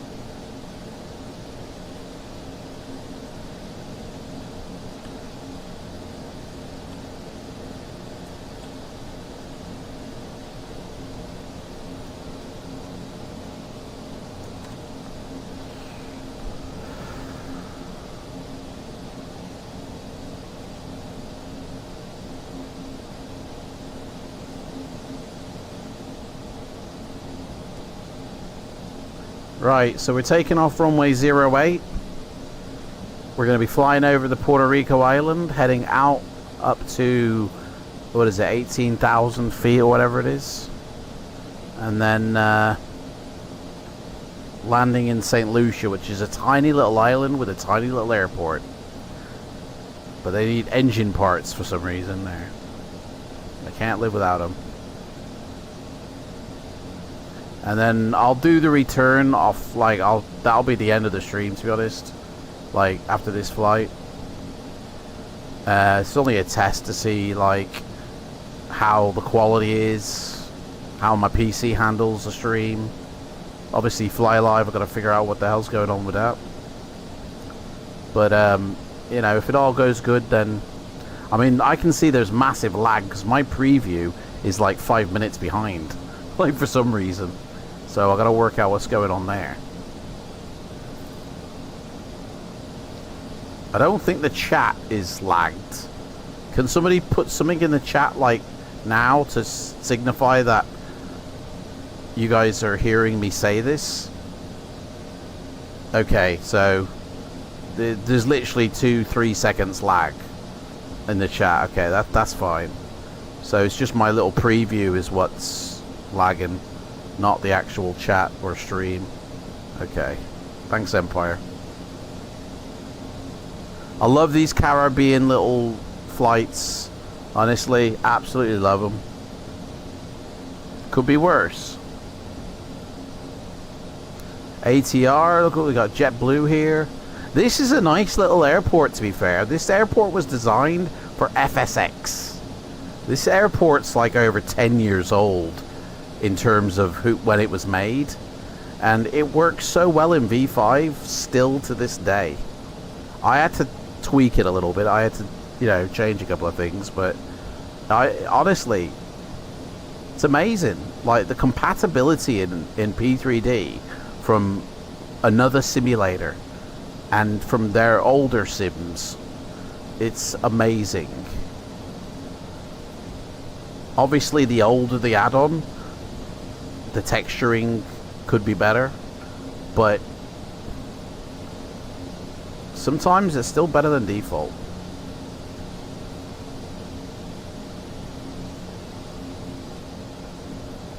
Okay. I'm gonna have to have my lunch soon, I think.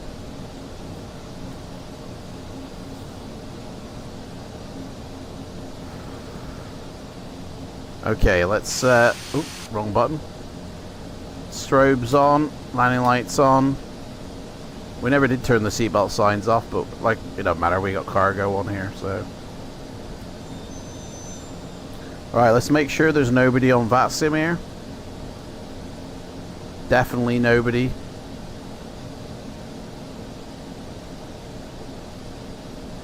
Takeoff inhibit off. And we're getting onto the runway.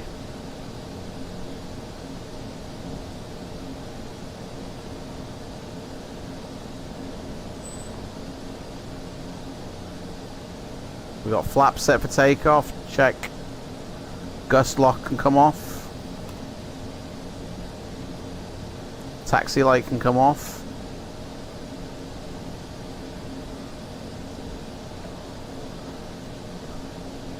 Guys, F's in the chat when you're ready to take off.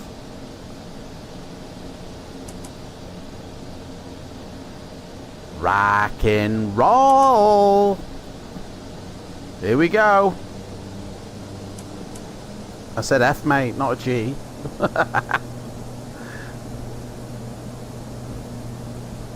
Here we go. Boom. Hear that ground roll? Can you hear it? The rumble. Oh, it's good. Right, 110 is our liftoff speed. So, here we go. 100. V1. Rotate. Rotation. We're in the air. Legs up. Put her in the power mode for climb. Bring your flaps up. And the strobes can come off now. And when we get to a bit higher, we'll make our first turn.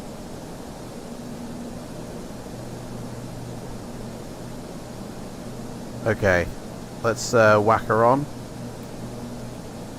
She's climbing up. Beautiful. Oh, we're gonna touch the we're a bit low.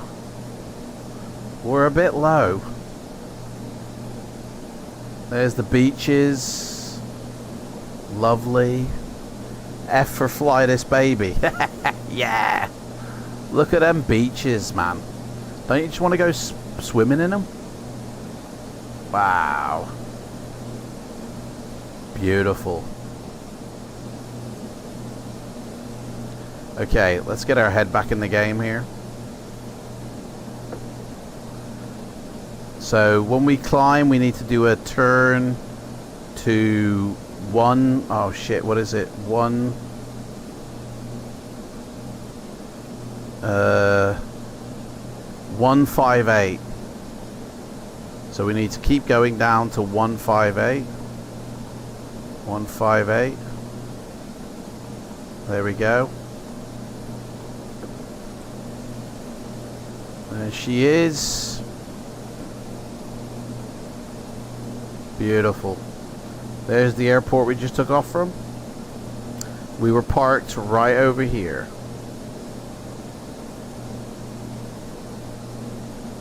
Beautiful clear day. Hey Nueva, how's it going, mate? P3D, mate, is the best. Up the PPP. Don't have to worry about any server outages, do we?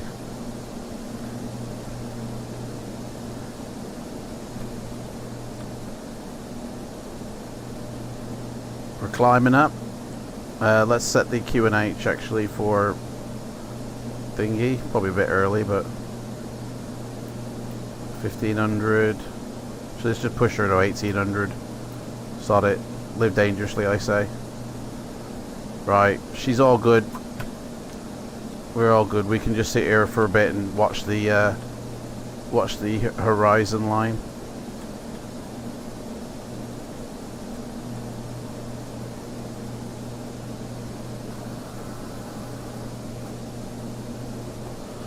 Beautiful. Absolutely gorgeous.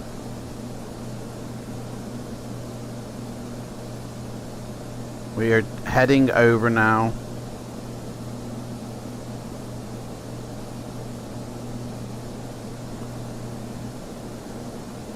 Puerto Rico.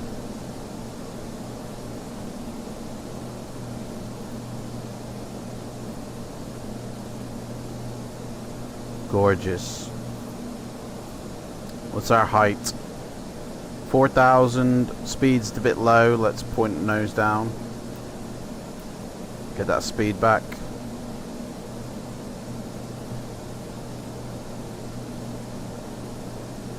Got a 1200, I think. Got to kind of maintain that speed there.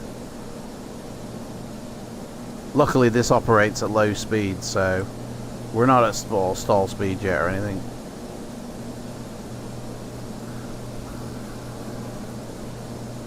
Oh, that's it. We're hitting above the horizon haze.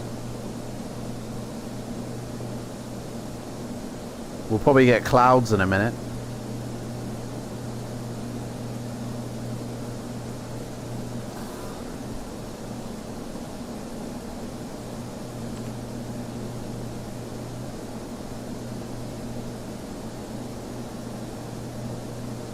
We're rocketing up, man. We're rocketing up.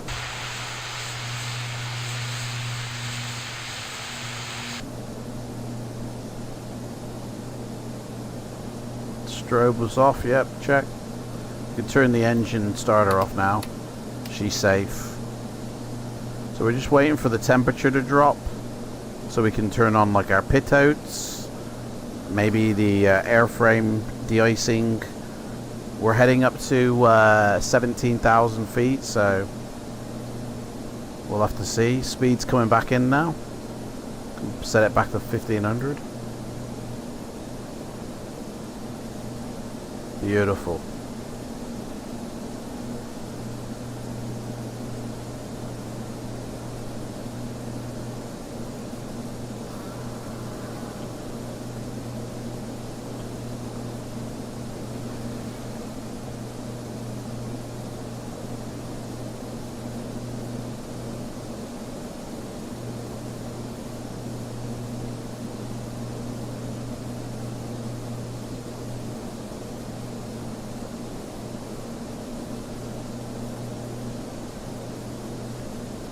Hey, do you know what? I was going to make a video, right?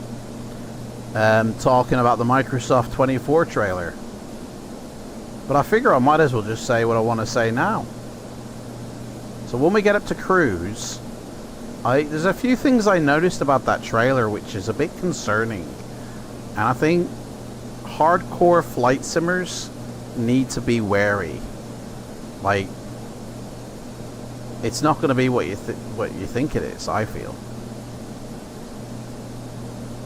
And I know exactly what PC specs it will go on. So we'll have a chat about that maybe when we get to cruise.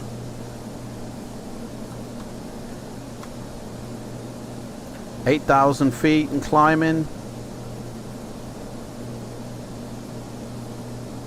Drop her to 1,200 feet per minute. 9,000 feet.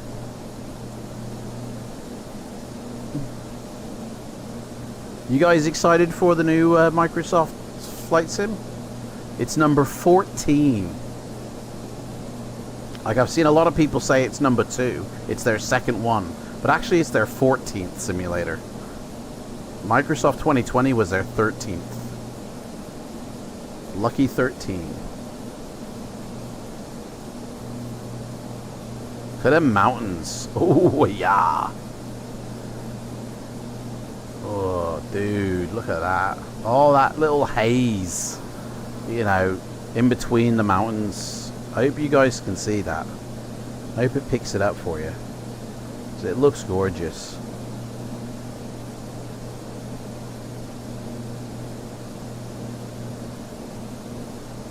I reckon I'll be able to turn off this frame gen once we pass these mountains. Right, 10,000 feet, that's landing lights off. And we can go to 1,000 feet now, and the seatbelt signs can come off. If we had passengers, they can freely move about. 1,000 feet per minute ain't gonna make it any bit of difference. So as long as we don't drop below the red line, we're okay. I'm gonna set this speed ready for cruise, which will be 235. And now we can just enjoy the view. Boom!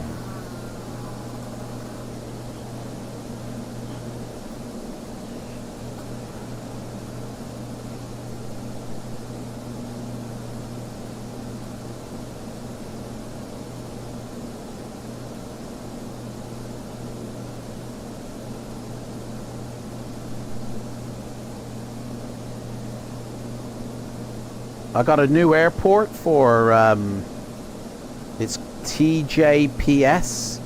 It's a freeware airport as well, and it looks really nice. Made for P3D and FSX, and it was based off 2020 version or something, or it was made in 2020 or something, I don't know. Anyway, it looks pretty good. I haven't installed it yet. I will after this flight.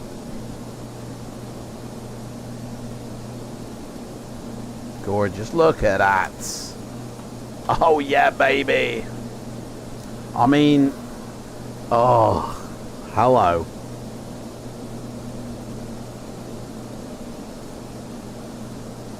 That just looks real to me. Maybe I've got cartoon eyes or something. Maybe there's something I'm not getting. But that to me just looks like good.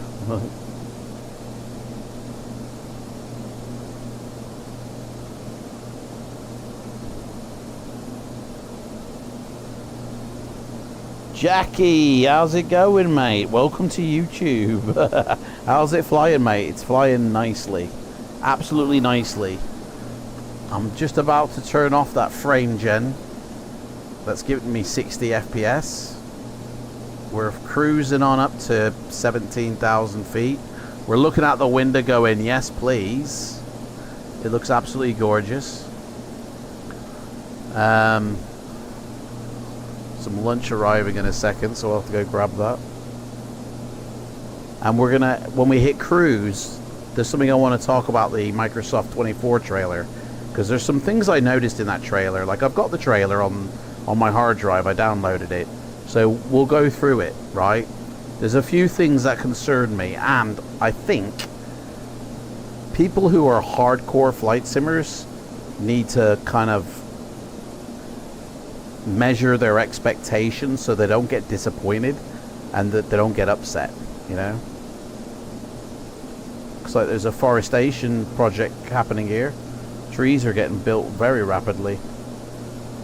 Oh, skip ads. Hang on, we got some ads here I need to skip. There we go.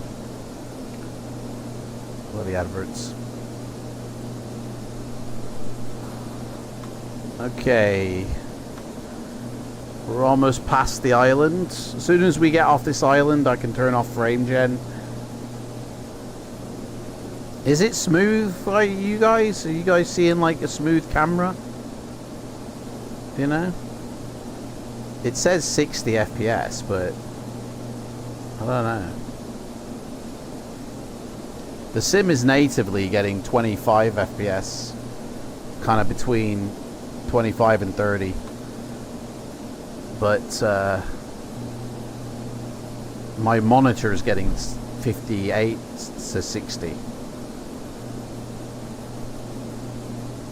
because of that lossless, whatever it's called.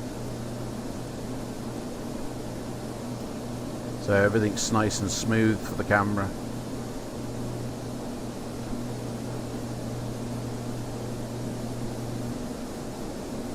That airport that I got is somewhere along here. Okay. We might be flying over it right now, but somewhere along this coast. It's a bit foggy in the distance. Oh yeah, that's just the haze on the horizon. You know, if I look up, it goes away. But it's like the haze glare, I guess.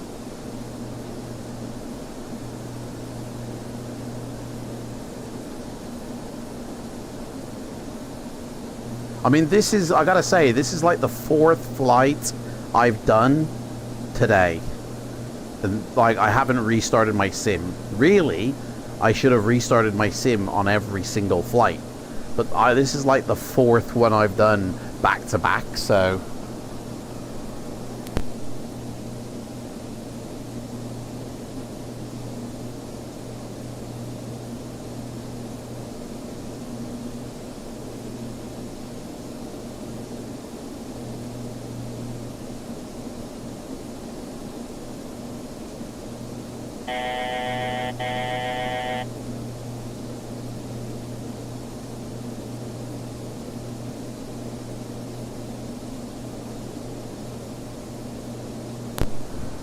Alright.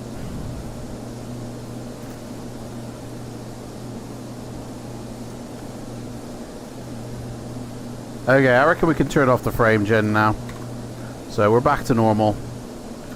We got, yep, 50, 60 frames. This is normally without frame gen now. So, it's all good. 16,000 feet and climbing. I did turn on the oxygen system, didn't I? Yes, I did. Did you know in P3D there's actually oxygen in the atmosphere? And once you get up above a certain height, if the plane developer has modeled it, you can actually black out through hypoxia.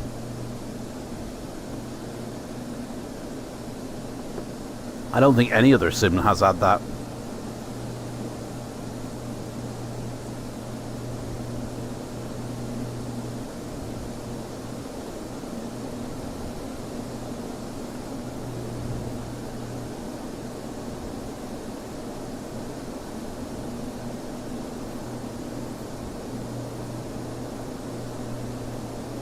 Right, we're at cruise. There we go. So, set for cruise power. Turn off the fuel pumps. We don't need them now. Temperature is 7, so we will put the pit oats on. And the window shield heats, the side windows, and the airframe. But that is it, guys. Let's get some beautiful... There we go. Right, Microsoft, guys, the 2024 trailer. Let me get it up.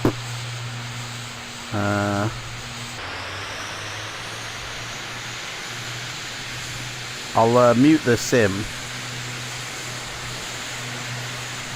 while I say this, because I was watching the trailer and it, like, hey man, everybody's excited for this.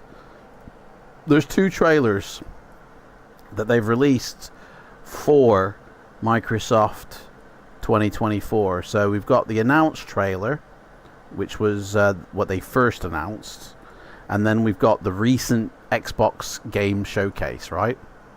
So I'll play both of them, but I got some really disturbing thoughts here. So, like, obviously it looks amazing, it looks really interesting, you know. There's hypoxia in the Zebo, is there? Oh, cool. So, right, so the 2024 is all about having a career in aviation, yeah? It's finally a career mode that everybody has been gagging for. You can fight fires. Like, I mean, you can do this already in P3D, but... in fact, it's exact plane in P3D that you use to fight the fire. But you can airlift. They've helicopters. You know, there weren't helicopters in 2020 at first, were they? It took 4 years to get a helicopter in the sim. But look at, I quite like the look of these waves and everything. Like, these are the kind of waves I see in P3D. If you play with the weather settings at default, this is kind of what it would look like. The detail on that oil rig as well, like, that is nice. I mean, that's what you get when you have a simulator that has like an 8K resolution ability. Everything can be super detailed, and if the devs put the time and effort in, that's what you'll get. You know, if they don't put the time and effort in, you get 1K texturing or something, and it looks wank. But time and effort, man, you can tell, has been spent on this, It looks pretty cool. And like, look at this. We've got Air Portugal, Pacific, whatever that one is, Iberia.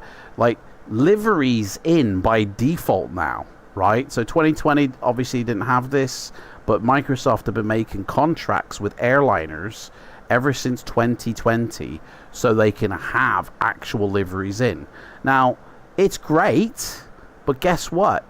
How many people now are going to use AIG or FTL, is it called? Like the third-party liveries. How many people are still going to use those if you get default liveries? Like, sorry, if you get airline liveries in by default. Like, it kind of removes the need for that third party, right? That sort of thing of Microsoft putting it in the default is what concerns me. It's great for the user, but it's shit for the developer who's made the third-party add-on. And it happens time and time again. Like, I think it's pretty cool, like, agricultural aviation. Do you know what I'm wondering? These little avatars, you're going to get one that looks like Chewie, because he's a Microsoft manager. I mean, that looks like a scene from a film, you know. The detail in this, right? The detail, like, is incredible, I think, you know. And obviously we know certain developers are partnering with Microsoft to make the plane at default. So the Beluga is in there. I think, is it any builds or do it? Like, that's in there by default. There's loads of planes in by default from third-party developers already. So no need for anybody else to make a Beluga. I mean, you got 5 A320s, you know, in 2020 at the moment, made by about 4 different developers. So, as you can see, the focus, right? I mean, obviously, I'll tell you this now. My first thought is the camera angles used to showcase this are not what you're going to see as a user. You're going to see from inside the flight deck, always. Unless you do replay mode. Because, like, don't think it will look like this when you get it. Like, the exterior world might look like this, but your view is going to be from inside the flight deck. Very rarely are you going to have that view unless you go outside your your airplane and show it. Like, that's pretty cool. Tornadoes. I don't think we have tornadoes in P3D, man. Like, how many people fly from the exterior? That's pretty cool. Look at that. That's... oh, shit. Hang on. That is like BBC Earth, isn't it? Here we are in Africa, on the savannah, and we have the wildebeests tracking the migration of the hot air balloon trips. Any builds will make the Beluga. Yeah. This is like... so, you guys can see the detail on that tree, the leaves, everything's super detailed, right? So this is my concern. If everything is super detailed, right, how does it perform on your hardware? You know, if they've added so much more level of detail, you know, down on the ground level, like, either something's got to give or your hardware needs to be better. Now, at the end of the day, I have a feeling I know exactly what the PC specs for this are, right? And there's nothing to worry about. But if I'm right, it means something's either been very heavily optimized in terms of they've completely changed the way it would work under the hood, or they've taken so much out that they didn't need from 2020. Like, one of those two will happen, because this game comes out on the console as well as the PC. We know this, right? That's already been stated. The Xbox X Series S and X have set hardware that do not change. So if this is coming out on the console, then it's going to have the exact same specs for the console that 2020 has, because 2020 is out on the console already, you know? Just think of how many air crash investigation series I can do. Mate, honestly, people are going to be role-playing their ass off in this, right? So if this is coming out on the console and it's the same console that 2020 has, then they've been able to make it run on the same hardware as the current sim. Yeah, think about that. Which kind of stands to reason that the PC version will be either A, drastically different than the console version, or have the same PC specs allowance that 2020 has, because either A, they've optimized the shit out of it, or B, they've removed a lot from the sim in order to give you so much more detail. So there's like one of those 4 scenarios will definitely take place. I honestly think it's going to run on current software, like current PC hardware. Coming 2024. Now this next trailer, right? Now this trailer, right, that showcased at the Xbox showcase kind of makes me go, why? Because 3-4 days earlier to this showcase, there was a Microsoft development stream, right, that they talked about with a Q&A, and everybody was asking about 2024, and in the chat they kept on saying, stop asking about 2024 please, like, we'll let you know when we know. Well, I guarantee you they knew that the trailer was dropping at the showcase, because they even said it, and I guarantee you they knew the date of the release.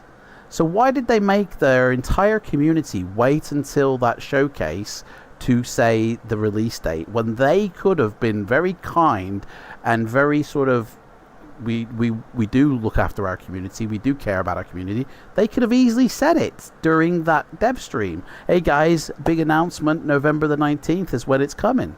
But no, they kept quiet and made everybody wait so people would watch that bloody game showcase. That to me is just a little bit snidey. But this looks pretty cool. And everybody who I've seen talk about this trailer, all I've ever heard is, wow, this looks cool. Look at the detail at that. That looks cool. Like, this looks amazing. Like, nobody, not one single person has talked about the planes and how they fly. Everyone's just been going, look at that. Look how detailed it is now. Look how cool it is now. Look how, it's amazing. It looks amazing. Yeah, looks amazing. But the only shots, like, of the flight deck, they're shots that the avionics aren't even working, and the plane's taking off in the air. Like, that says to me a lot about the avionics of, well, it just means that they faked it. But so here's another rip for third-party developers. They've got their own GSX-like passengers now boarding the plane, and they're all very kind of varied. You've got some guys who've got that thing on their head. I don't know what it's called, but there's a guy with a cowboy hat. There's a lot of variety in those passengers, right? Look at this. The plane's not even set up for takeoff. There's a lot of diversity, but who's going to want GSX now? You know what I mean? And yeah, Mayday, like Mayday said, they've said that a lot more of it will be streamed in from their servers, which means they've taken a lot more locally. Now, the outage that Bing had recently surely showcases the need to have it locally on your system, because if the entire sim is up in the cloud and the cloud goes down, then you can't even get into your sim and fly, let alone put the footer reel in. Like, that's a major concern for me. Like, that's one of the benefits of X-Plane and P3D, is everything stored locally, and then you don't have to worry, you know. Servers crash, exactly. Servers crash, servers need to be maintained and updated, and that kind of pulls them offline while they do that. You know, it's like, that's just a fact of life. Or your internet could go one day, and then you can't access your flight sim. All these things. So, but my main concern is the amount of things that they're putting in by default is removing the need to get it from a third-party developer. This simulator kind of says fuck you to all the third-party developers, because no longer will you need paint jobs. They're all included. You won't need GSX. That's all included. You won't need any of the planes because they've already made the deals with third-party devs and put them in by default. Like, less people will be inclined to want to make, like, all the planes that you're seeing here because they've already been brought in by third-party devs. But there's a lot of add-ons I see. Like, here, the ships, right? All these ships, that's another add-on that could have been in the sim. Like, there's a guy who puts all these ships in, you know, in Microsoft, and they're the same ones I use in P3D, but he ain't going to be needed anymore. They've, like, basically removed the need for third-party developers. That's concerning to me. Everything here, it does honestly look amazing, and it looks like fun, but every single job you see in this trailer is already achievable in P3D, and it's been like that for years. So why people are getting hyped up for finally being able to do career jobs is beyond me, because you've been able to do it for decades in P3D. You know what I mean? Microsoft has always had ships in 2020, but they don't move. Yes, they do. I've got the same ship package that Microsoft has. I've put it in P3D, and they all come with ship lane routes that they follow. I mean, they do at least in P3D. They follow the ship lanes. So you actually do move. I mean, there are static ships that developers might put in, and they don't move, but there is actually a third-party ship package that you can put in to make the ships go on a course. I honestly think, like, this, yeah, people are right. It does look amazing. Camera mode, mate. Taking pictures in this is crucial if you want to be a pilot and learn how to fly a plane. This is absolutely necessary. Taking pictures of deers and the wildlife is a necessity as an airline pilot.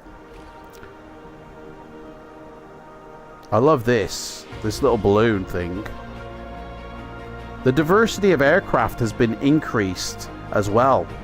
Hot air balloon, the blimp, helicopters are really showcased. That was funny. I love this. Look at this guy. None of his avionics are on. The display here is, but not on down here. That's a bit weird. To me, this is purely a game. They need to rename this from Microsoft Flight Simulator 24 to Microsoft Career of Aviation 24.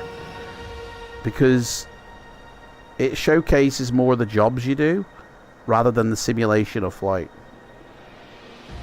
The focus, the money is calling. Answer the call. Anyway, there we go. I completely forgot I was flying a plane then. Yeah. Like, don't get me wrong, everyone's getting hyped for it, but my concern is if you're a hardcore commercial airliner pilot, how much better is 24 going to be over 2020 or any other flight sim?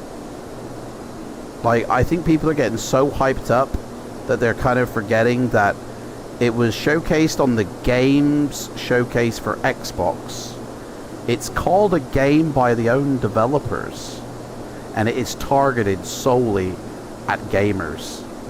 Like, I don't even think it's targeted at flight simmers, really. It's just being sold to flight simmers. But anyway, that's all I really wanted to say about the trailer, because there's a lot in there that I heard nobody talking about. And the reason nobody's talking about it is because they're hyping it to get sales. I know for a fact right now Microsoft are researching offline mode. You know, a way to run the sim in offline mode. So that just kind of fucking too loud this is. That just kind of concerns me. Why do they need to research offline mode if they're putting more in the cloud for their next sim? Why are they researching on how to get it in offline mode? But then again, what they say and what they do are two different things.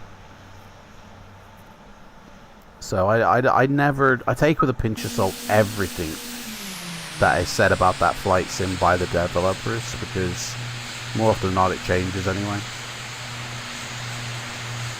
But one thing that strikes me is how different the launches from the launch of 2020. You guys remember the 2020 launch where they told no developers whatsoever about the flight sim? It was a massive shock back in 2019 when the trailer dropped again at the Xbox E3 showcase. Like, third-party developers didn't even know about it. The community first heard about it during that trailer, and everybody was like, whoa! And it did look amazing. But none of that is happening for the next sim. They're not inviting, as far as we know, anybody out to Seattle like they did. They got all the top content creators, invited them out to preview the sim, get them all sponsored up, partner with them, so they can then sell it to the community. Like, they haven't done that because that's 2020's done that. Like, I suppose they don't need to do that, you know what I mean? It's already been done with 2020. I haven't heard of a single alpha round of public testing, right, for 2024. It's all been internally tested by Asobo or Microsoft. Like, no public member has been invited for an alpha test like 2020 was. They slowly rolled it out, and for good reason, I guess. It was new technology. You know, it was a new way of doing a sim, and they needed to know it was going to work on systems. Now, because of 2020, they know it's going to run on systems. They don't need to invite people to use it. They just roll it out, and they'll know it will run because 2020 runs. I have a feeling all the aircraft are going to be easily compatible with 2024. Like, some developers might need to make a couple of tweaks, but not to the point where they need to charge for it. So anybody who starts charging for an update for their plane from 2020 to 2024, I don't think they've done enough work to justify it. I think they're just trying to grab a bit more money. Because the Microsoft 2020 sim is just a giant sales product. Like, I was watching Tues stream the other day, and it was like I was watching a car salesman trying to sell a car. Right? He was showing off the immersion pack from Parallel 42, and I could not believe what I heard. Right? So it released, from when he did the stream the other day, it was releasing in 8 days' time. Now, I had an email saying because I've spent so much money with them, I could have it for a tenner right now. Obviously, I'm not going to use that because I don't use the sim. But during Chewy's stream, they were advertising that fact to the audience. Guys, if you go spend 40 quid with Parallel 42, you'll get given a link to get this immersion pack that I'm showing off for a tenner. But you got to go spend that 40 quid first. Otherwise, you'll all have to wait 8 days for it to release, and it'll be like 20 quid or something. Like, it sounded like a bloody proper sales pitch. It was shameful. It really was. But that's purely the community manager's job for Microsoft in that sim, is to sell that sim to the community. Build hype, make sales. That's his sole role with that company. He doesn't say anything they don't want him to say. He can't say half the things he says in his stream is, sorry, I can't tell you. And that's all I ever heard ever since he's been hired. Man, he used to fly P3D, he used to fly X-Plane, he used to fly all the different sims. Now he only flies Microsoft and sells that sim during every stream. Do you know, it doesn't bother me that he banned me off his stream for saying, guys, remember, he's biased because he's a community manager. I got banned for saying that. How sad is that? He gets it free. Do you reckon they give it to him for free? I don't know, mate. I mean, at the end of the day, everybody can have it for free, mate. It's on the Game Pass. It's free anyway. But yeah, they'll give him the premium deluxe version so he can get people to buy the premium deluxe version, because that is all Microsoft want from that flight sim, is the sales it generates. And I suppose as a business there's nothing wrong with that, but it kind of overshadows when they say, yeah, we care about the community, guys, we really do honestly care. You know, I don't think they do. And when they say the community, they're talking about their community that they're creating for that sim. They're not talking about the X-Plane community or the P3D community that they're stealing from. You know, they're talking literally about their own community that they're creating for themselves. Like, when you take a plane that's been available in X-Plane 11 and will get updated to 12 and make it exclusive to your own sim to the point where they have to remove it from the Steam store and no longer sell it for X-Plane 11 and not update it for 12, that's excluding the community of X-Plane users for that plane. That was so shamed when they did that. And they're doing it with other developers as well, like the Aerosoft Twin Otter got pulled from 2020 because it's going to go into 2020. They're doing it to themselves as well. When it goes into 2024, like, seriously, I don't trust Microsoft as a company, and I don't trust them with a flight sim to keep it going. You know, as soon as it doesn't make money for them, they'll get rid of it again. They're guaranteed 100% when they've done it 3 times in the past already. So don't expect 2024 footage of me, guys. That was the last I'll ever show on this channel. You know, I trust Lockheed Martin. I trust P3D, and that's why I use P3D. He gets the add-ons for free as well. Yeah, you know, everybody wants to use streamers to showcase and make sales. That's just business. Nothing wrong with that. Just be honest about it. You know what I mean? Don't try and make and hide it like you're doing everybody a favor, or you guys are really careful about, you know, you guys. And it's like, mate, you just want to make a sale. Just be honest. You know? You sent a video on Discord. Oh, okay, I got it. Oh yeah, no, I watched that. Yeah. How much does a flight simulator cost? Mate, he spent nothing. If he's only spent $3 on a flight sim and the add-ons, mate, that is nothing. Like, I've spent since the year 2000 over £16,000 on hardware and software for flight simulation. I've got 12, what am I saying, 12? I've got 7 terabytes of storage across all these drives here, right? And I'm running out, as you can see. Like, I need more storage space. I need to get like 4 terabyte drives across the board. Like, it's expensive hobby, and it's, you know, costs money. 16 grand, mate. That's a car, that is. I could have bought a car with my investment into flight sim. He even mentioning that he's got most of the add-ons for free. Yeah, YouTubers, they get given free stuff. I get given free stuff. Or, you know, I get given free add-ons from Sim Market to make reviews for. You know. I mean, if I dread to think of how much it would have cost me. It would have cost a lot more than 16. That probably would have gone up to like bloody 20 grand. Because I get given like 4 add-ons a month off Sim Market to do reviews for. You know? And I'm not exactly a big fucking streamer, am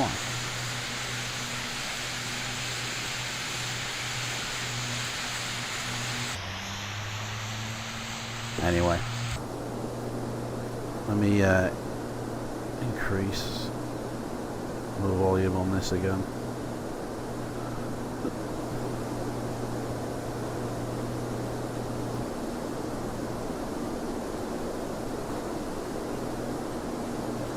So we're bombing along to the island of St. Lucia.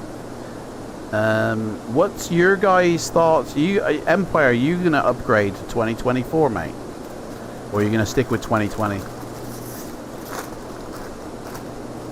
Jack, Mayday, are you guys going to get it?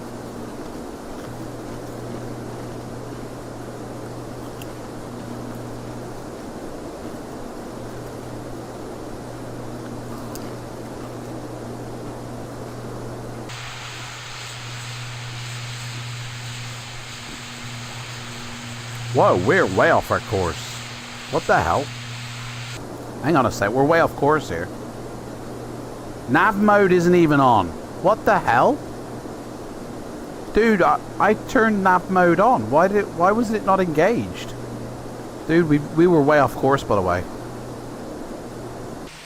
Like, we were way off course. Like, I can't believe how way off course we were. That's how way off course we were, by the way. We just burned fuel. Hang on, we're going to Geese. Hang on, I gotta make sure we're actually going to Geese here. We're heading back to Tuner at the moment. Geese, that's where we're going. There we go. Whoops-a-daisy. Drop the ball on that one. Hey, Keith, how's it going, mate? You wish you wouldn't, mate. See, people like Cobra Jake, they've spent even more because they've got literally a plane in their living room. Because they got a full simulator set up. Like, it probably cost Keith about 16 grand to build that thing, let alone the software.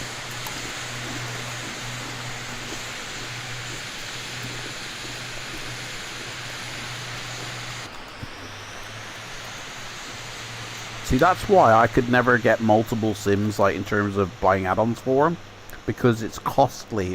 It costs a lot. It's an expensive hobby, this. You know, when you want to try out all the planes and have it looking really nice, it costs money to do that. And to do that for 3 sims, bloody hell, mate.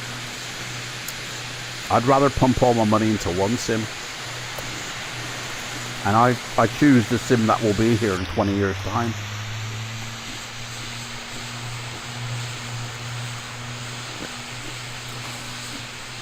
Right.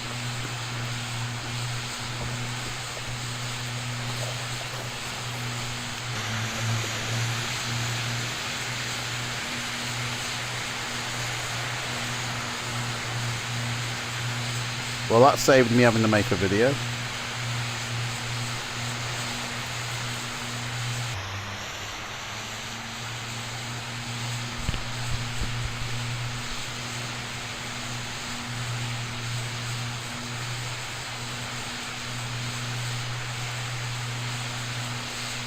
I need tissue, man. Oh, I need tissue.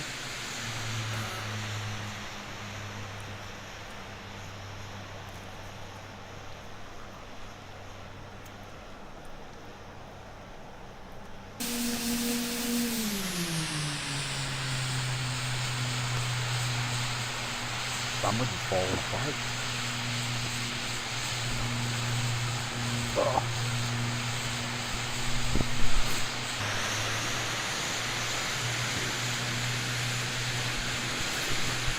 Sorry, it took me a microphone covered in sauce.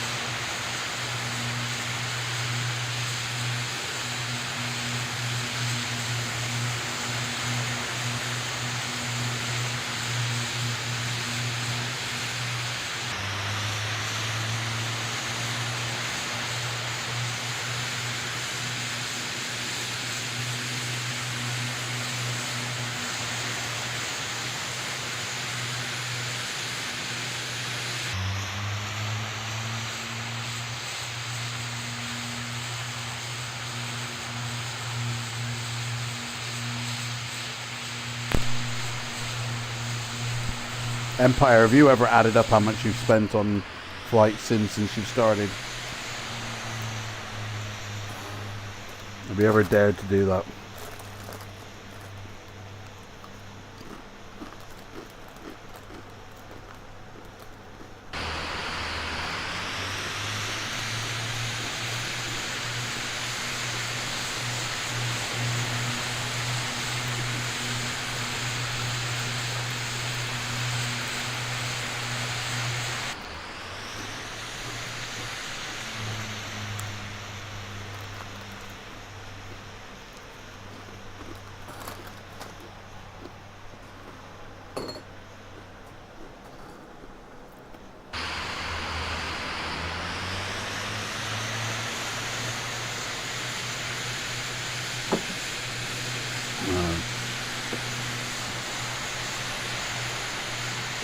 Right, me well, figure out my top of descent here. So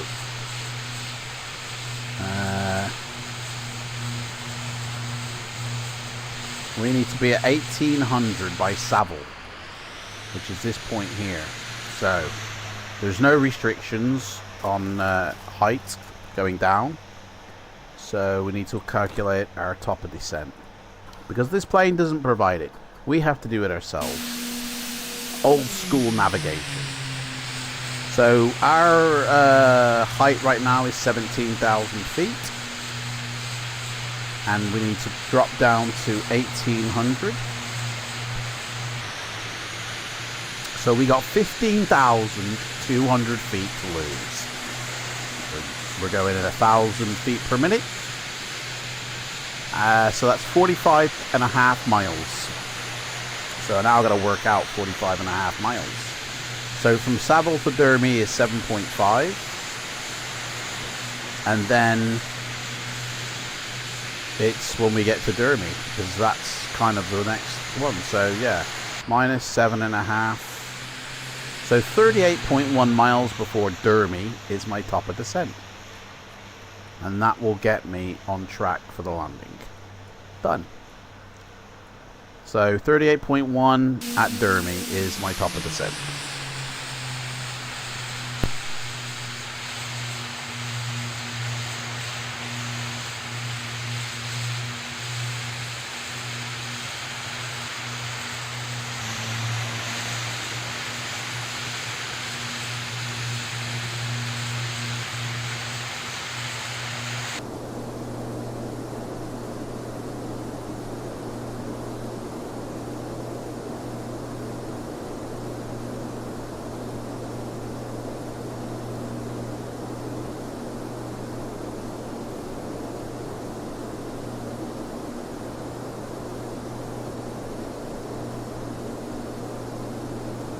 Heading to geese.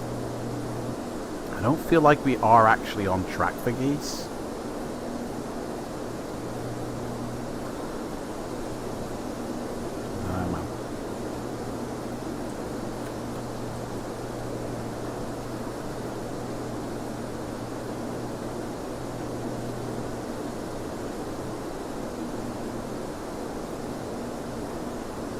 But I guess we are.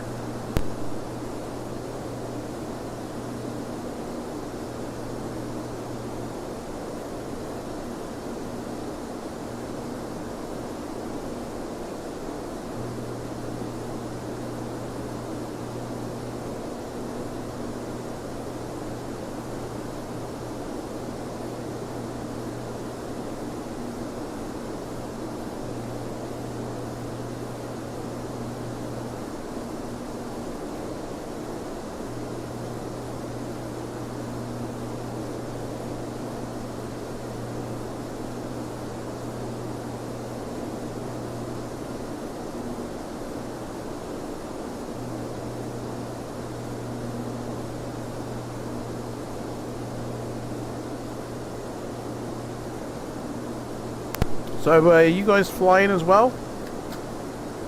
You guys in your sims at home flying, or what you all doing? What you guys up to?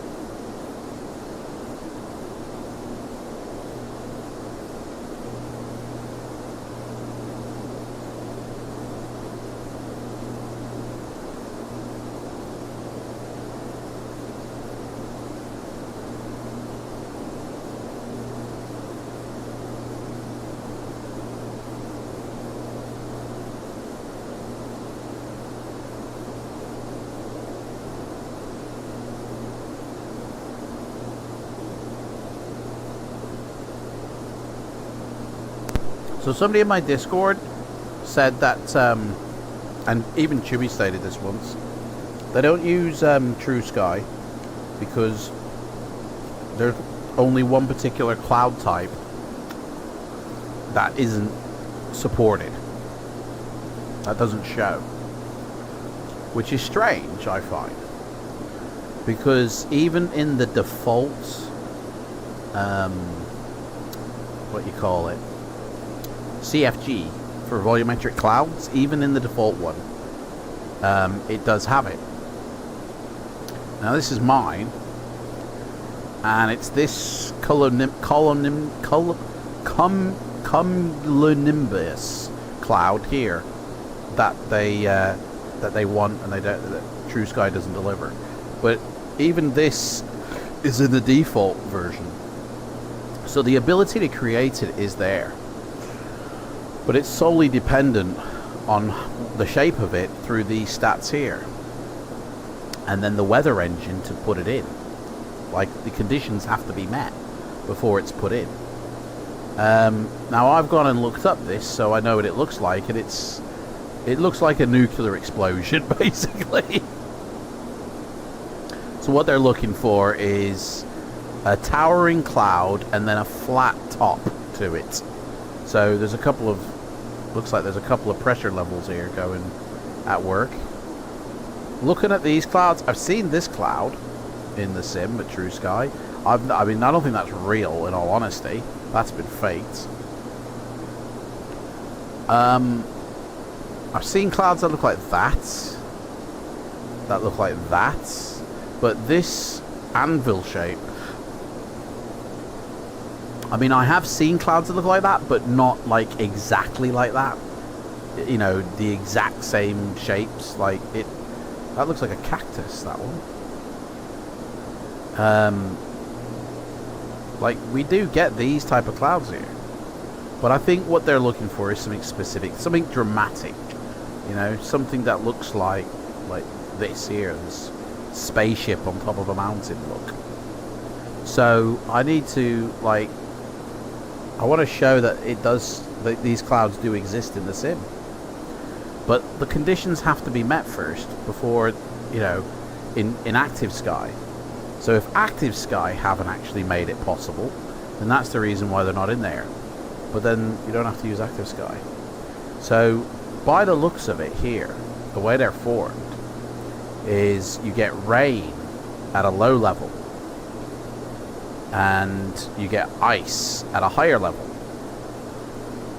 and then the difference between the two. So you'll have a cloud base at like just under 2 kilometers from the ground, and then tops that go up to like 30 or 40,000 feet. So when we land, what I'm trying to say is we're going to replicate these clouds. Okay, once we land, we're going to make some CBs. Alright, but obviously we're not going to use active sky. We're going to use True Sky itself.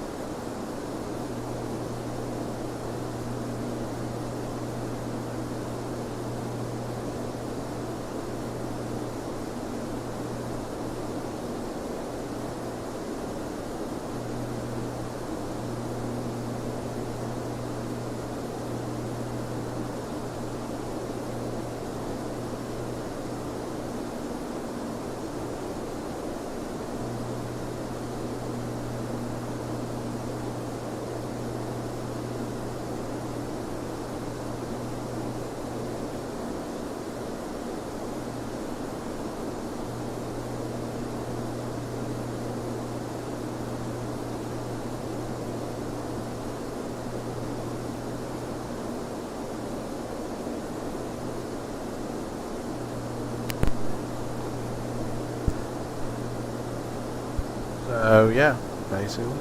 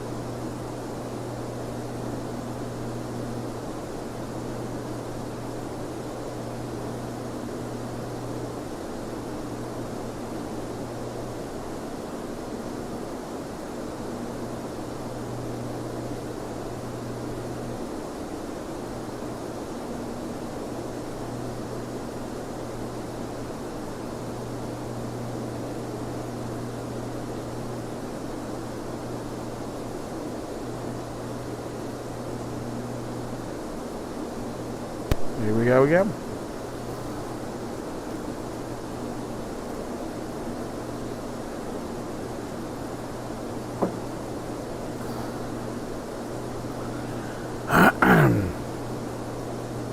And I guess everybody's buggered off again.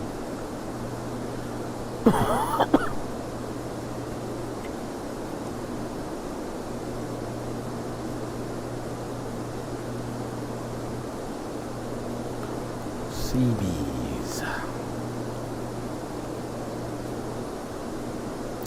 There we go. I mean, I could do it now, I suppose, during the flight.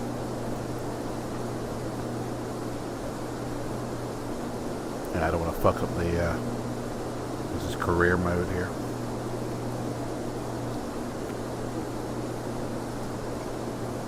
We're the only ones going to St. Lucia. Sweet.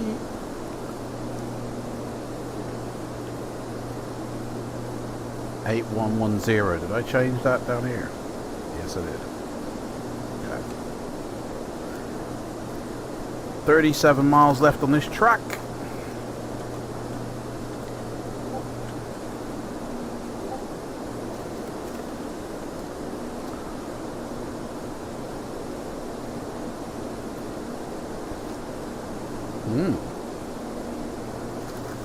Interesting.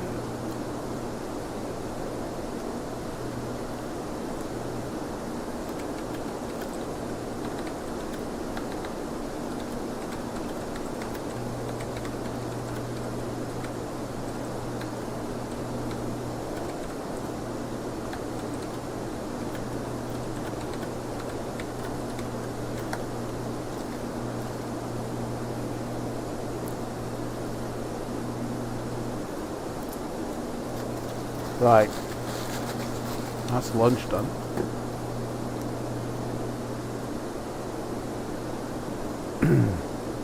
Trueworth.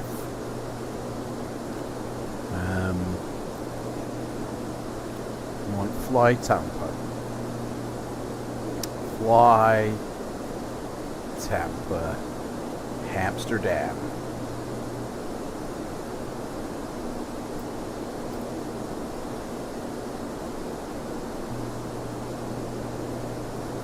See, my version's old. I've never updated mine. Where's the airport?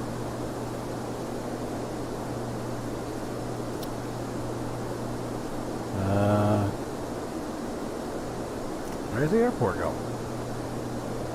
Someone stole in Amsterdam! The hell?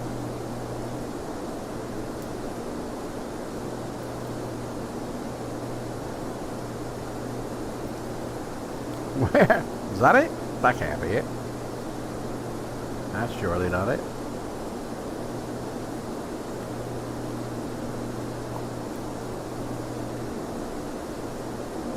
Nope, that ain't it. Where the hell's the airport file?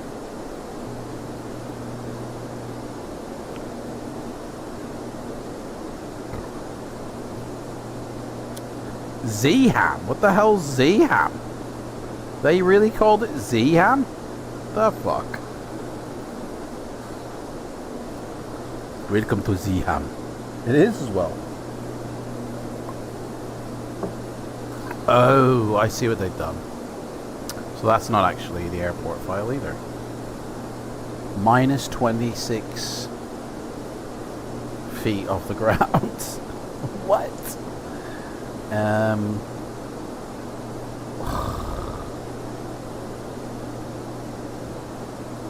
Models.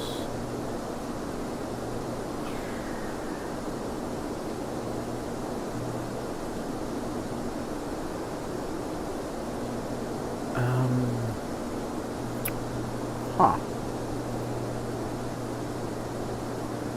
The city. South. All runways open. I thought I selected all runways open.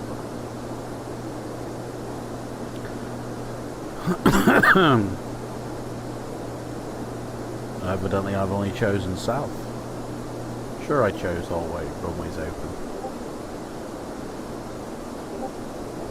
Hey, calm down.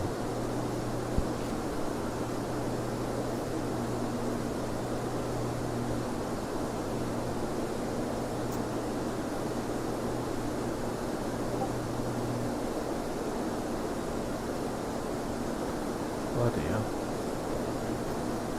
Right, that's Amsterdam. And it's reporting an altitude of 4.9 feet off the ground. Is this file somewhat special? Flight Tampa dummy? AFX. Yeah, I don't have that because I got an old version.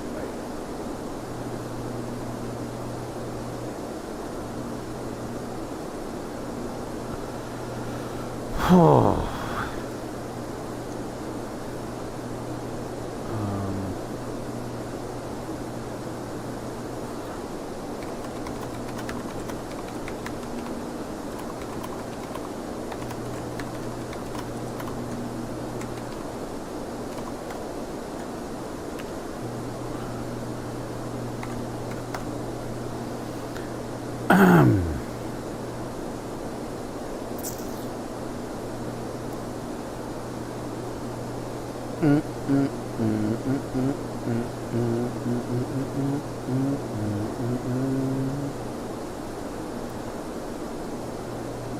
Was it EHAM in it?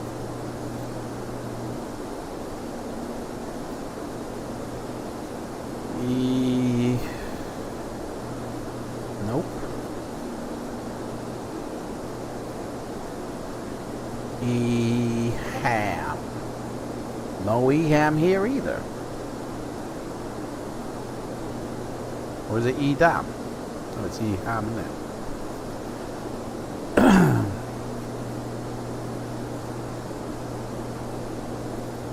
CDE. Nope. So you shouldn't have anything in there. No, it's in the root. Ah.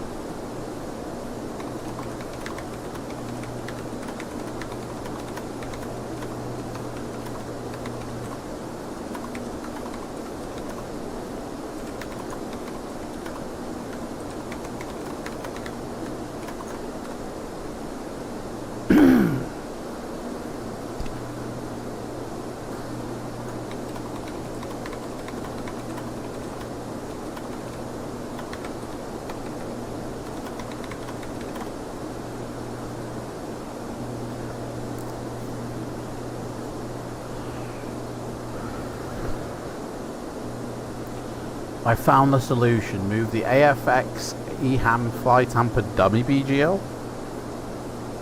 from the world scenery folder to the base scenery folder. Well, I ain't got that, mate.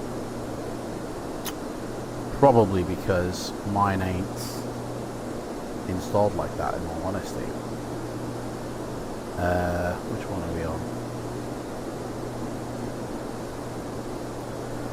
on? Mine's an XML, so all my files are together. Amsterdam. So that would be my. So yeah, don't have that dummy file, mate.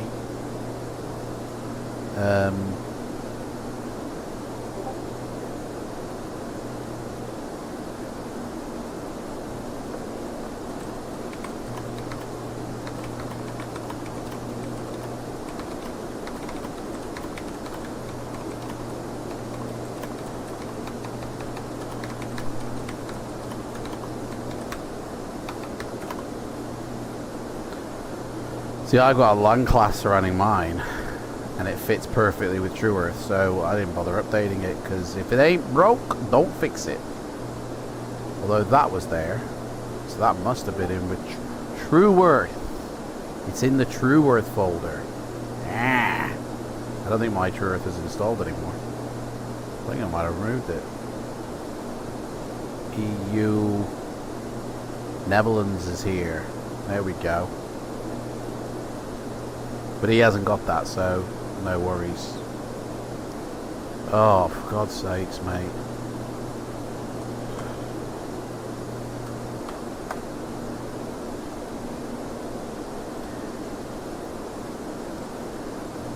Yeah, I don't think streaming is for me, in all honesty. Like, I think I might just make pre-recorded videos and just def off streaming altogether. Maybe, just, yeah. Oh, no, I'll give it a month. I'll give it a month. And then evaluate. It's the same shit again, same thing as that.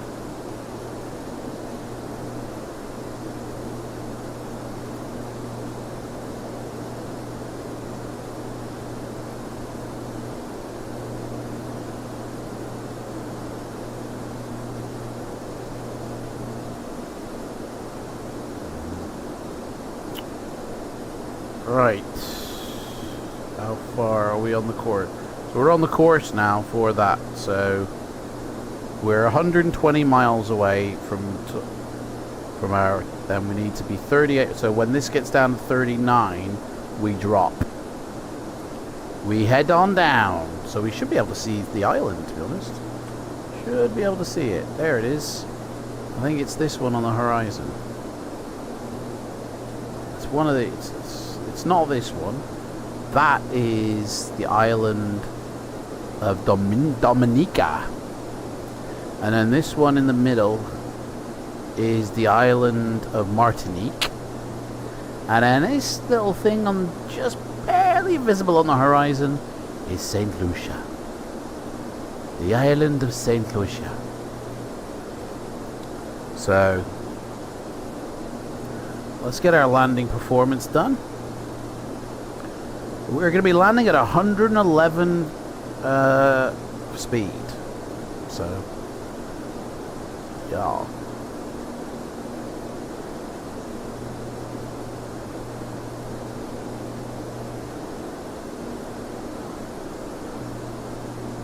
Maybe I should give this away. Like, I got no interest in this. I got sent this. Hey, early release! Your priority boarding pass is here. Because you've spent so much money with us. So you can have it now for a tenner. But I ain't going to use this. Maybe I should give this away to somebody. Let's go! Where is it? Oh, but you got to buy this first. You got to have this first. £10 right now. But you need to have that. So if we added that to the cart. And then we went and got... Hey, go away. And then we went and got this. 24 quid. So now it becomes £30. Does anybody want this? I got this early, this immersion thing. Days early before anybody else. Does anybody want it? Oh, you gotta have viewers before that happens.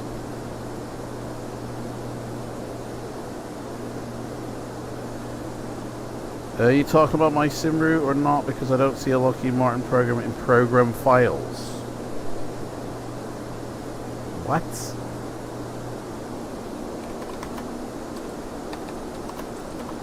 Where did you... You haven't installed it where it... Oh, mate, come on.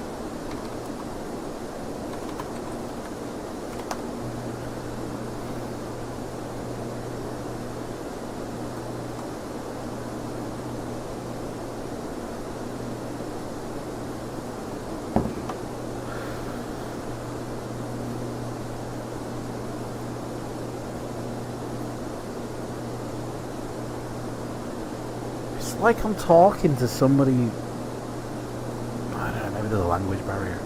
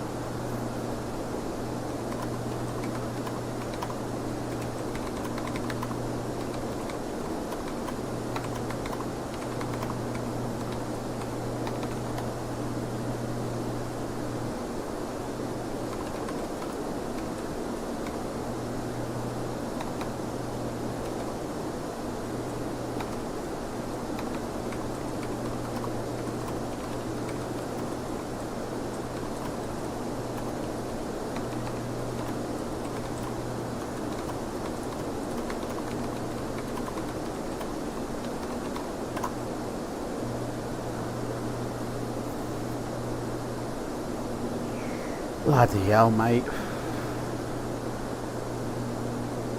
I don't get it, man.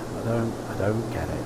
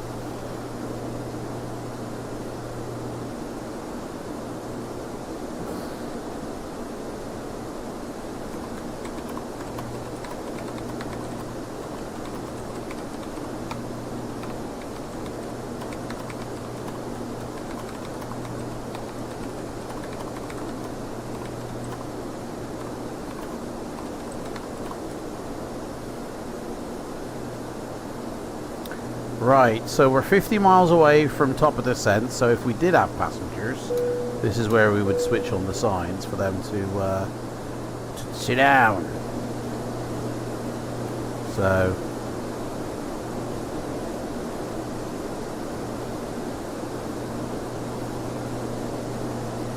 we're getting 60 FPS right now, but that's because there's nothing around us. So, but as that goes down, we'll reinstigate the old, you know,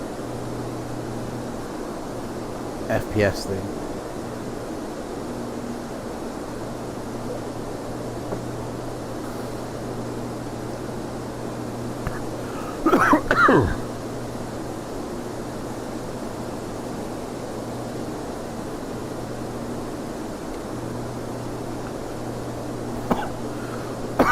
Oh gosh, that drink went down the wrong way.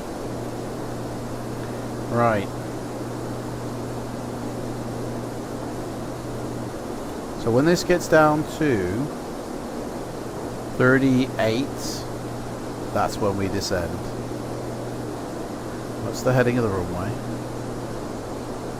Heading of the runway is 90. So let's set that up now. So the heading the runway set up. The airport elevation is 22, so that can go back up to 100. And the decision height is 958. So 950 is what we can set. So we're all set up.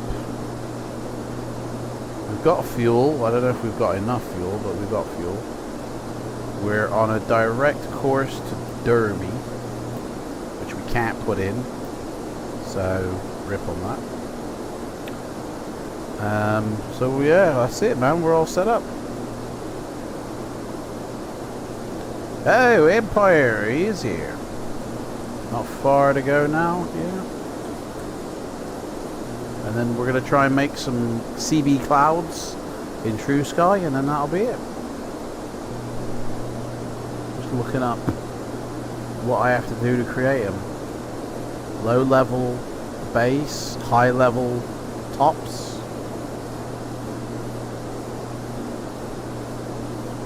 And then it's got to have some sort of icing at the top for that pressure at the top to be flat.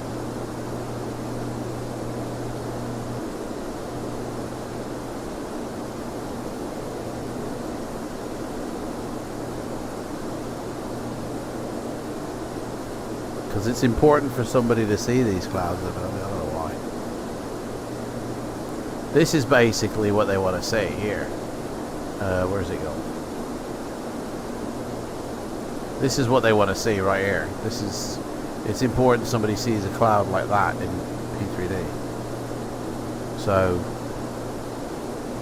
we're gonna make it for them. Ice, ice, baby.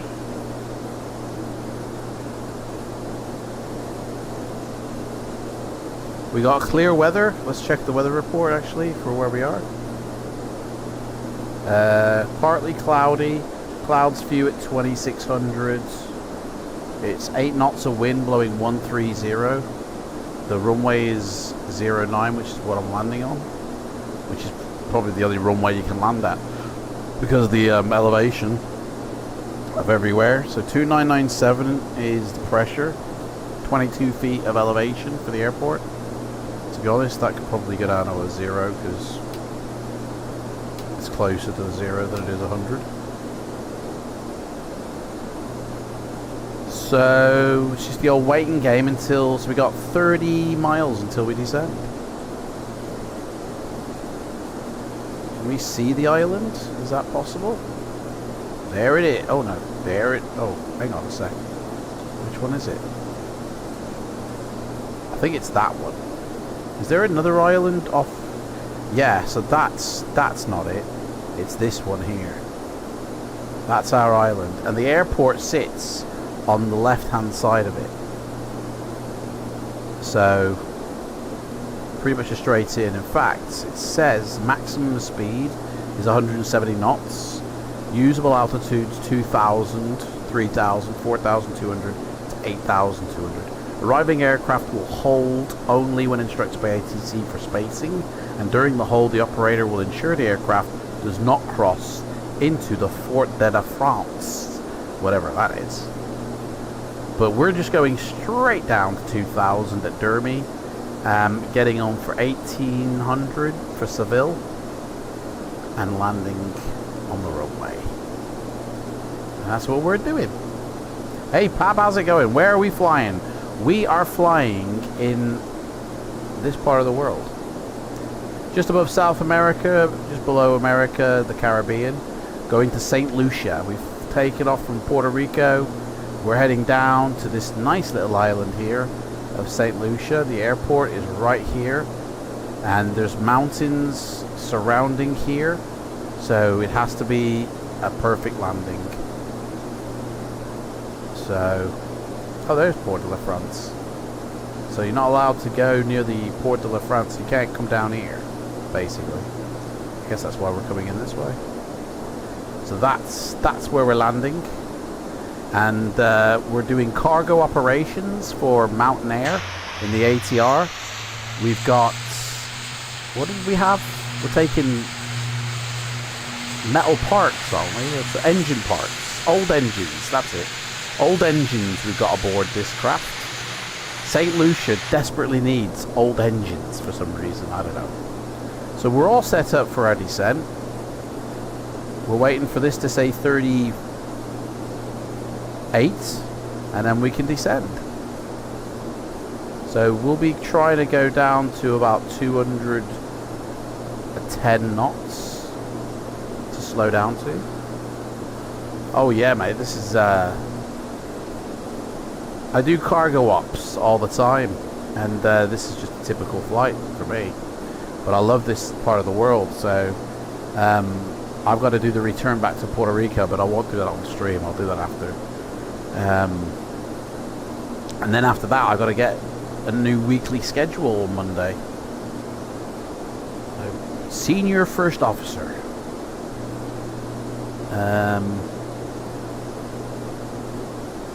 Yeah, been working for them quite a lot. So I'm saving up me money because I want to get some honey. I want to get a bank deposit, but that costs 10 grand. But when I get it, I'll have 1% bonus on top of my bonus every week's paycheck. So cha-ching, I got paid over $1,000 last time, so that's like another $100 in my pocket every week just for paying 10 grand. It's gonna give me 100 more every week. So after 10 weeks it'll have paid for itself. Oh, very strange. Gotta get that money up.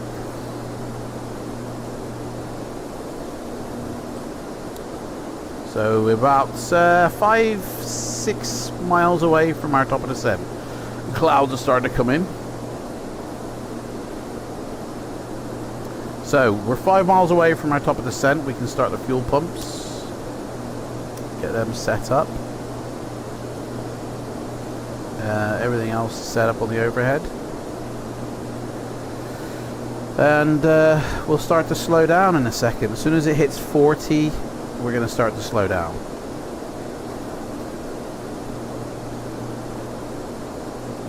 Because as we descend, we'll speed back up again.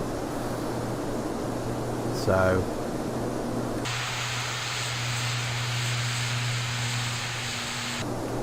old engines. What are you up to, Pap? What are you doing, mate? You doing a flight as well? Oh, we need to set our height here, sorry. So we're going down to 1,800 feet here.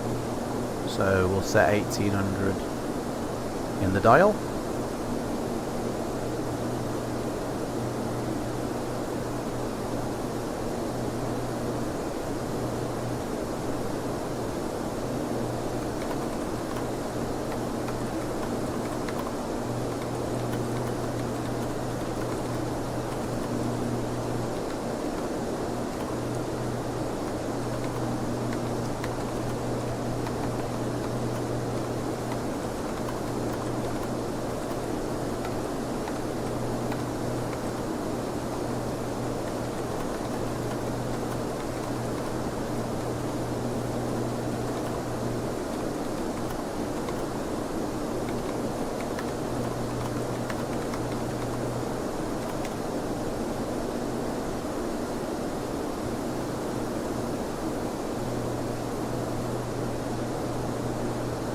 Right, let's take this puppy down. So engine's down. Sorry, I got distracted. Somebody's asking me questions in my Discord here.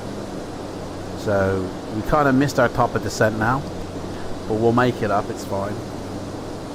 So put that down to idle. The speed's coming down, and we can actually start to go down. Let's head on down. We might need to do a holding pattern now. You're planning to do a flight whenever I can, but currently you're busy with other stuff in the meantime. Oh, no way, mate. Do you know what? Not everybody, you know, has got the luxury of hours every single day in front of the flight sim. Some people could only dedicate like a couple of hours, maybe once or twice a week, or one full day a week, or a weekend a month, or the random day in a holiday. Like, it's crucial, I tell you, when you start your sim up that it's working, because the old joke goes, we spend 80% of our time tweaking or fixing the sim, and actually 20% of the time flying it. It really should be the other way around, where you're only playing with the sim 20% of the time, and then flying 80% of the time. So having a sim that is stable and is going to work when you boot it up without any updates, 100% crucial, I'd say. Right, 15,000 feet. That's the mixture, and we can set to manage speed, and that will drop us down ready for 180. Once we get to 180, actually, we can start to rev back up the engine again, because we don't want to be going any slower than that.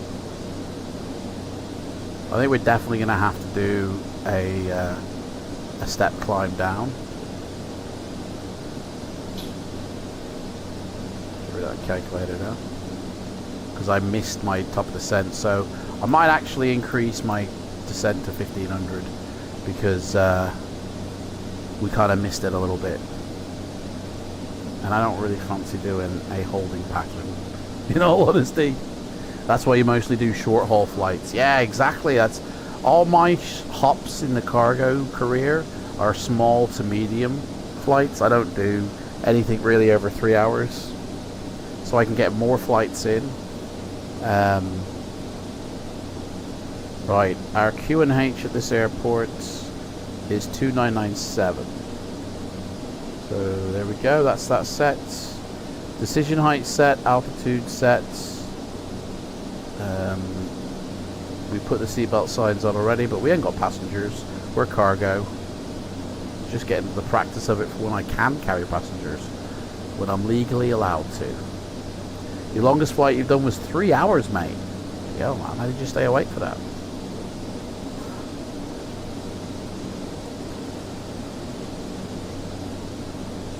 Yeah, that's it. You gotta have the time. We have to have the time, don't we, to plug into these hobbies of ours. Right, so island of St. Lucia on the horizon. And so I'd be very fortunate if I was able to do this every single day. You know. But we gotta pay bills, so.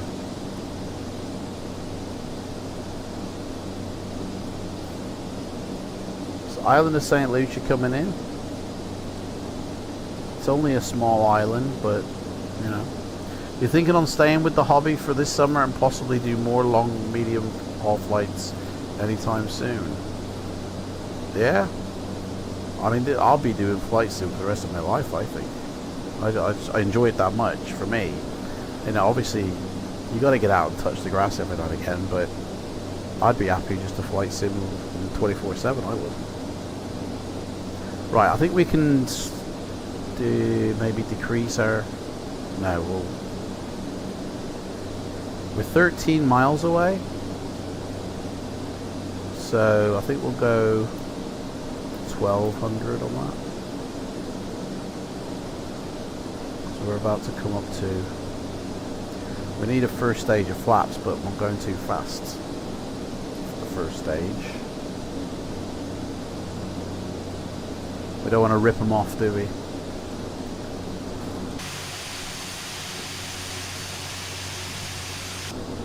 Once we land, we're going to make clouds. We're going to make some clouds in the sky. I'll shut active sky down, and then we'll get into the route of the sim, and we're going to make some CDs. Oh, you know. If someone told me to touch the grass, I would just touch sand because I'll just chill in the beach. That's it. Yeah, same difference, isn't it?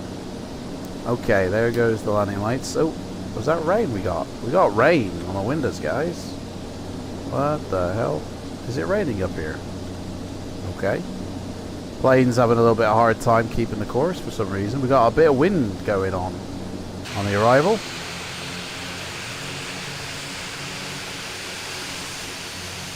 Seems to be a bit bouncy.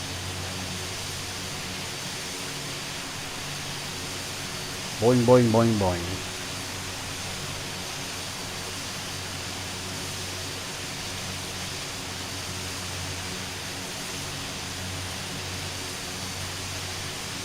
Bouncy, bouncy.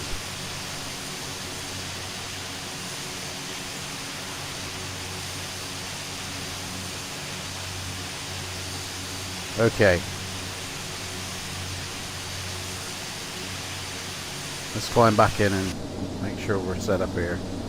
So we can go first stage of flaps, get some stability in. And we actually do need to be lower by about 7,000 feet here, so I don't know if... No, do you know what? We're going to stick the course. We're going to stick the course. The airport's way over there, so I reckon we can do this. I reckon I can still get her down. The airport's here where my mouse is, just below that cloud, so we got plenty of time, I reckon.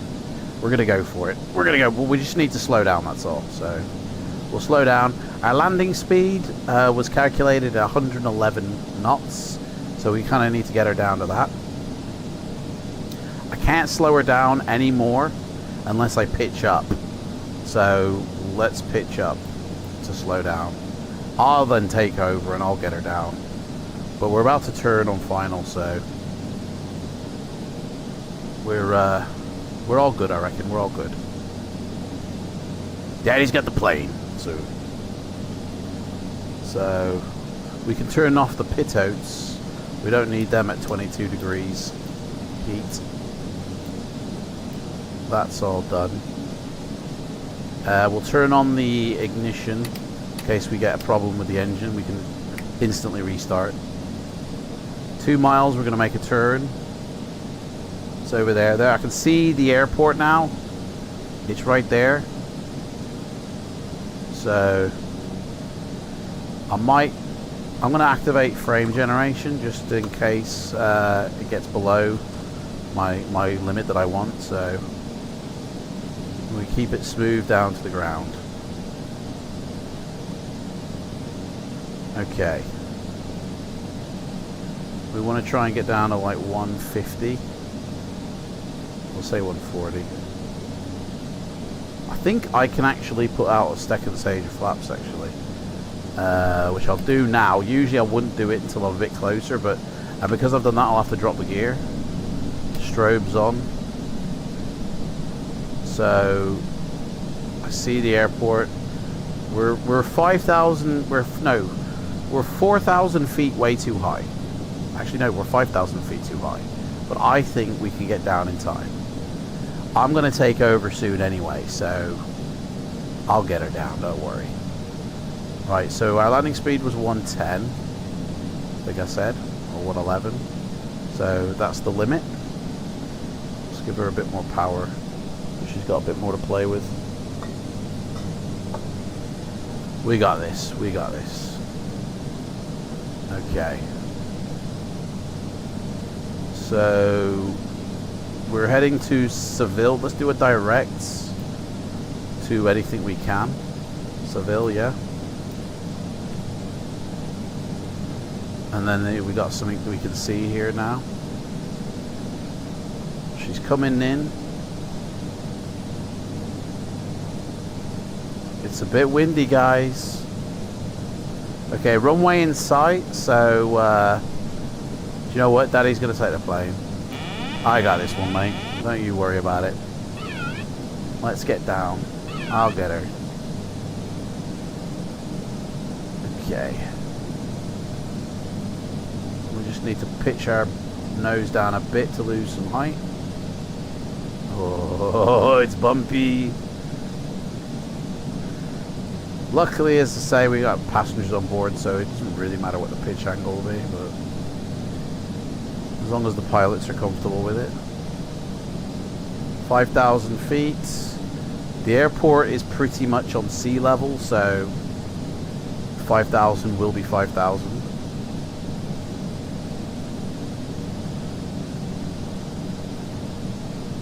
Let me actually get the airport diagram up so I can see where we are. So I know where to... Oh, this airport's obvious where the park it is. Okay. Here we go. So we're full flaps. We're full gear down. Strobes are on. Landing lights are on. We're set up for landing. We've just got to lose this height. And we're going really fast because of our... We're pitching down at over 2,000 feet here to get her down to the runway. So we're swooping down like a hawk. Ah! About to grab a fish out of the sea.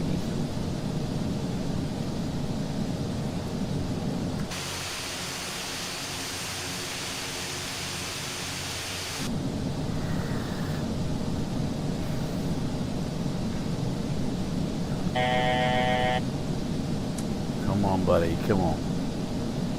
Literally, my engines are idle, so I'm gonna need some power though, because we're gonna stall if not. So I need to put some power in, otherwise we'll literally stall out of the sky.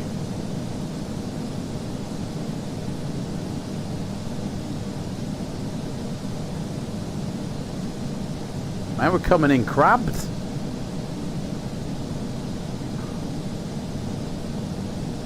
Literally, I was coming in sideways here.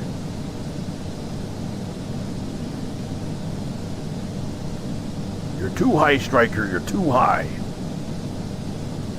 Ah, we got this. I've landed in worse conditions.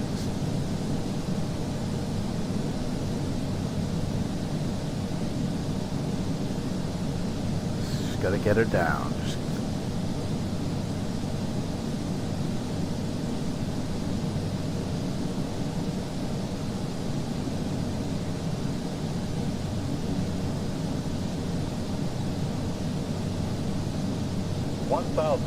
1,000.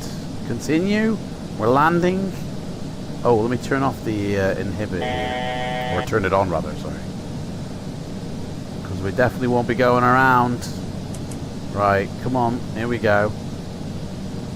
Let's get some elevator action going. We need to lose some speed now, so 500.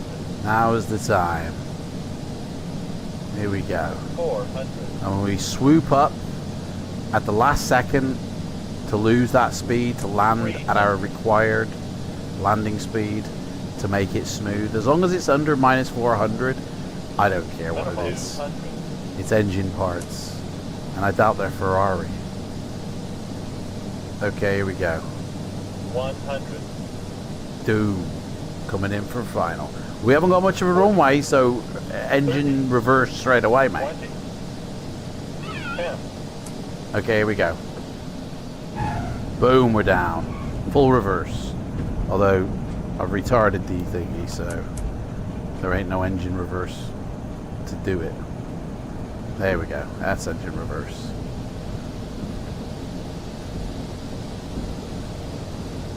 Reverse is off. Engaged again. Take off. Taxi light. We need to stop before the end of the runway. We're gonna slight braking power. Slight braking. What add-ons would you recommend for P3Dv5 beginners? Okay, so you got your default sim, and you're looking to get it looking better than default. The first add-on I would recommend is my global enhancement pack.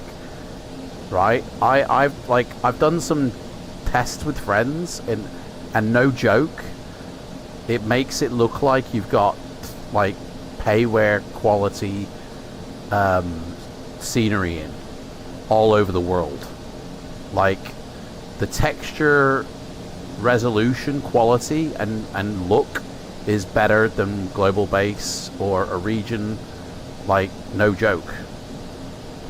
So I would say for free, jump into my Discord and grab my global enhancement pack. It will make your entire world change for free. Right, let me turn these off. Well, we're still on the runway, so we need that on. We have to backtrack all the way back down the runway. Transponder has to stay on because of that reason. Turn all this off. Turn that off. 6 miles of radar. We don't need TCAS on at 16. We've turned the flight director off.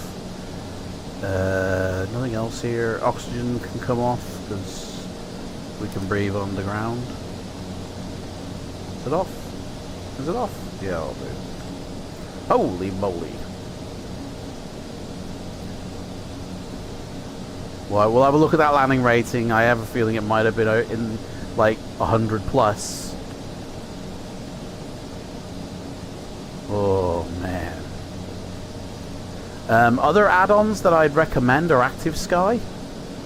I think having a weather engine, if you, I mean, you don't need it, honestly. I'm about to, once I dock up here, we're gonna make some clouds in the default weather of P3D, because I need to try and make some of those anvil looking column nimbus clouds, because somebody reckons that somebody said they can't live without them, and they'd use True Sky if it had them in there, but it doesn't. And like, it does, but Active Sky I don't think does a good job of manipulating True Sky. I think it could do better. Right, here we go, we're off the runway. Let's turn off, oh shit, wrong button. Let's turn off the landing lights, strobes, and we can turn the crank off. And GSX needs to tell me where to park, because I don't know where anything is. So, hopefully. Fly Live not on? No, Fly Live for some reason it isn't working. Like, I updated my OBS, and, like, I can't get Fly Live to work. So, I don't know why Fly Live ain't working. It was working on my last stream on Twitch, and since then I have updated OBS, and I've tried putting Fly Live back in, but it still hasn't worked. I probably need to restart OBS since I tried putting it back in, but I don't know. Transponder can come off. And I think we're all set here. Yeah. So let's just go park up here.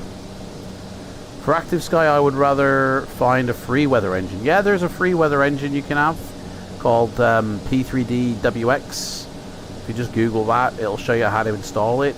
It does do a good job. It is free. I mean, it'll give you different results than Active Sky. And Active Sky, in all honesty, does put a lot more than just clouds in your weather.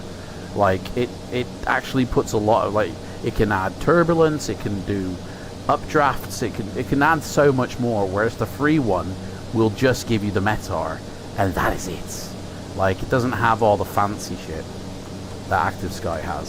So but, you know, each to their own, isn't it? Right, here we are. Here's our dude here. He wants me to come in like that, so taxi light can go off. Let's turn in. Yeah, mate, I'm coming. I'm lining up. Nice and easy, mate. Nice and easy. It's just a bit hard when the aircraft's shaking like a leaf. Oh. Let me kill the... let me start that up again. There we go. We got you, mate. Hey, it's Will Smith. Right. We need the externals on. And the pumps off. And the engines can go off. Turn them on to that. Kill that. And I believe that's that. Let me get frame gen off because that's doing me head in. Right. Deboard this shit, boys. Boom. Don't know what the plane thinks we're still going. Fair enough, but for most €40 for Active Sky, that's too much. I mean, if it's too much money to buy any... Oh shit, what have I just clicked? I just clicked something that I didn't mean to. If any money is too much, I would just say save it up. You know, even if it takes you months, mate. Because in all honesty, I would say Active Sky is worth it. And if it's €40 wherever you live, I think it's worth it. If you're serious about flight sim, it's definitely worth it. Just save your money over the months, mate. Right, I've submitted my flight. Let's check out the landing rating, shall we? Oh, hello. There we go. So here we go. -142. Yay! We did it. Da-da, da-da. Your crew has deboarded. Active Sky is definitely worth it, mate. But try out that P3Dw5. It's free.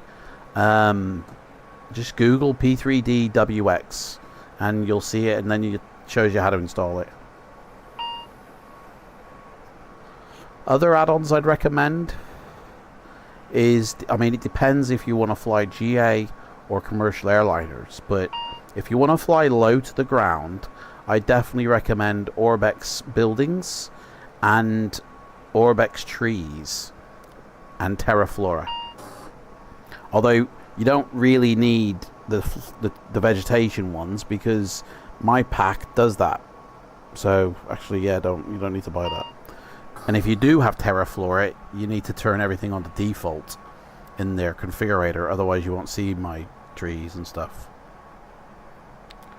But yeah, beautiful.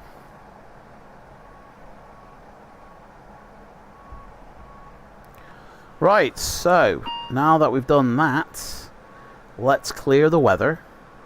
So we'll shut Active Sky down. Goodbye. And that will get rid of all the weather.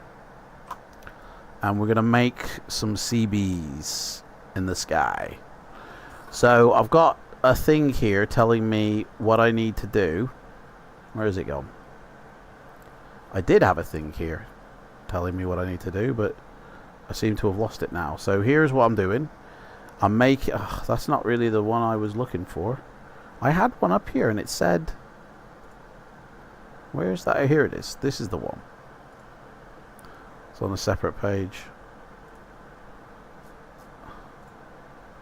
Right, so I need to, in order to make the cumulus, whatever they're called, CBs, I need to have a low level with rain below 6,500 feet that will tower up to like 45,000 feet with ice at the top. Right? So with that in mind, let's make some clouds. So we need the weather section, and let's add our cloud base. So the tops of these clouds, I click add, there we go. Tops of these will be at 45,000 feet, say 46. And then looking at that picture, it says the base is like below 6,000, like 3,000 feet basically. So base at 3,000. And this is going to be, oh, hello. Column Nimbus doesn't appear in this drop down, even though it is. So that's interesting. Okay. Well, it ain't Cirrus. That's for sure. It must be called Cumulus. But Cumulus is a low-level cloud that doesn't tower up. Stratus is probably the closest. But that's flat, actually. Let's say thunderstorm. Because at the end of the day, that's exactly what it is, isn't it? It's a thunderstorm. So, hey, Ducky, how's it going? Is P3D good, mate? I love it. My favorite sim. So we got broken, overcast, few. Let's have them broken. Turbulence, damn straight. Base altitude, so we want rain. And looking at that picture again, it's rain just below the base. So if the base altitude is sea level, and then it needs to be about 2,000, we'll leave it there. Don't change it. Wind, I mean, this ain't even, I ain't even bothering with that. That doesn't mean anything. Pressure, altitude. So the pressure can go to the tops of those clouds because we need the anvil look at the top for this dude. So if that was 40, hang on, what did we say? 46,540.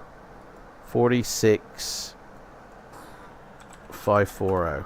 So if the pressure is at the top of them clouds, hopefully it should make it. And it needs to be freezing up there, so minus 90 should be cold enough. Dew point, that's the point at which it starts to rain, doesn't it? So that has to be lower than the thingy, doesn't it? And the sea level is at the bottom. Is it worth if you already have Microsoft? I mean, I would say after what happened yesterday, it's worth to have a backup sim, definitely, mate. Absolutely. Visibility, let's go with unlimited. Now, the tops of these can be 50,000. And then the base can be 7,000. Wait, no. The base, we'll set that at 10,000 actually. Right, so this should give me a single however you pronounce it, cloud, a CB cloud. Like, I've got exactly what it says in this picture here. Okay, to get this cloud type, you got rain, low level, below 6,500. We've got that. And then it goes all the way up to like 45,000. We got that. All the parameters are here. Let's see what happens. Click OK to generate the weather. And let's go and we'll plug up and we'll go have a look. Let's go see what it looks like.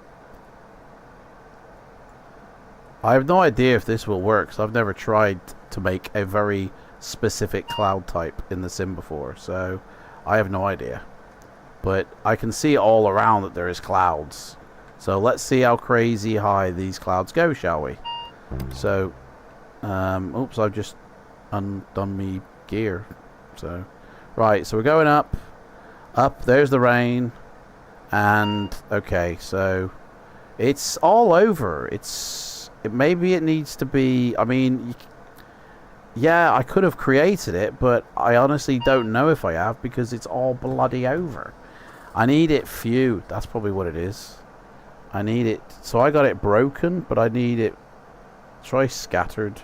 No, try few. We'll try few. You need to set parking brakes to request Okay. ground services. So, wait for it to settle a bit.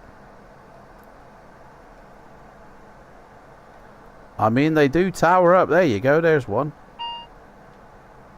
I mean, if that's not a oh, I got thunderstorms here. Oh wait, no wait. That's not one. It looked like one because we were at the same height of it. Oh shit. Hang on a sec. I feel like I'm dancing with the gods. I don't think few is where it's at, to be honest. It might need to be scattered. Let me try scattered. You need to set parking brakes to request ground services. I feel like now that we've generated it and now we're playing with it, like it's... Oh, there we go. I mean, these go up to... We're at 40... This is 45,000 feet here, I think. I don't know. There's no altitude indication. Like, you know what I mean? I don't know how high I am. But definitely...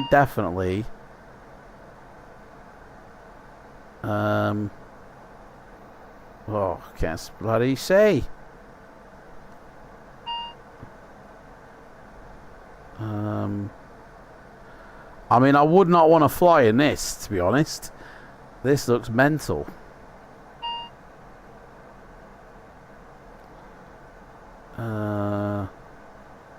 I mean, that's a towering cloud, isn't it? Right there. With a bloody anvil shape at the top, almost. I mean, it's all perception of how you're looking at the clouds, to be honest.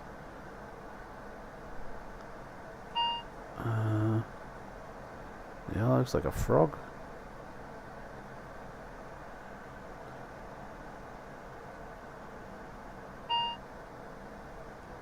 I don't know why they're a jaggy. That seems a bit weird. They're usually soft.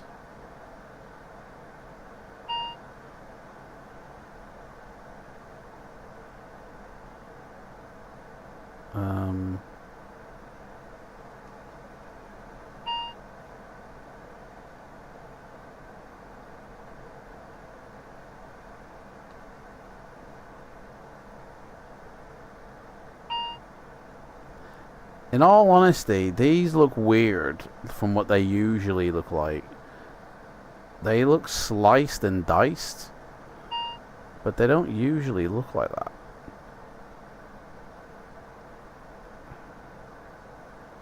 So I don't. Obviously, it's the way I've made. It's the way I've made them. I need to. This looks like it's too weird looking. It looks like it's an Atari game or something. Maybe I've done it wrong.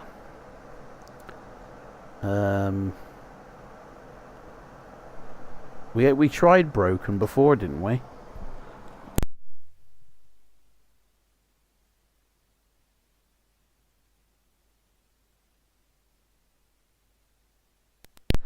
Maybe it was the thunderstorm type that I put in. Maybe that's what did it. Because it actually needs to be snow at the top, not rain. Let me try snow and put the base altitude at the top. 45. See what happens now. Oh, it's reloading the terrain. Because we moved that far away. Bollocks.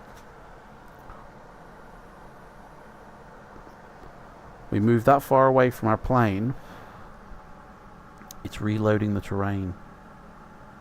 I'm still connected on VATSIM. Let me disconnect on VATSIM. There we go.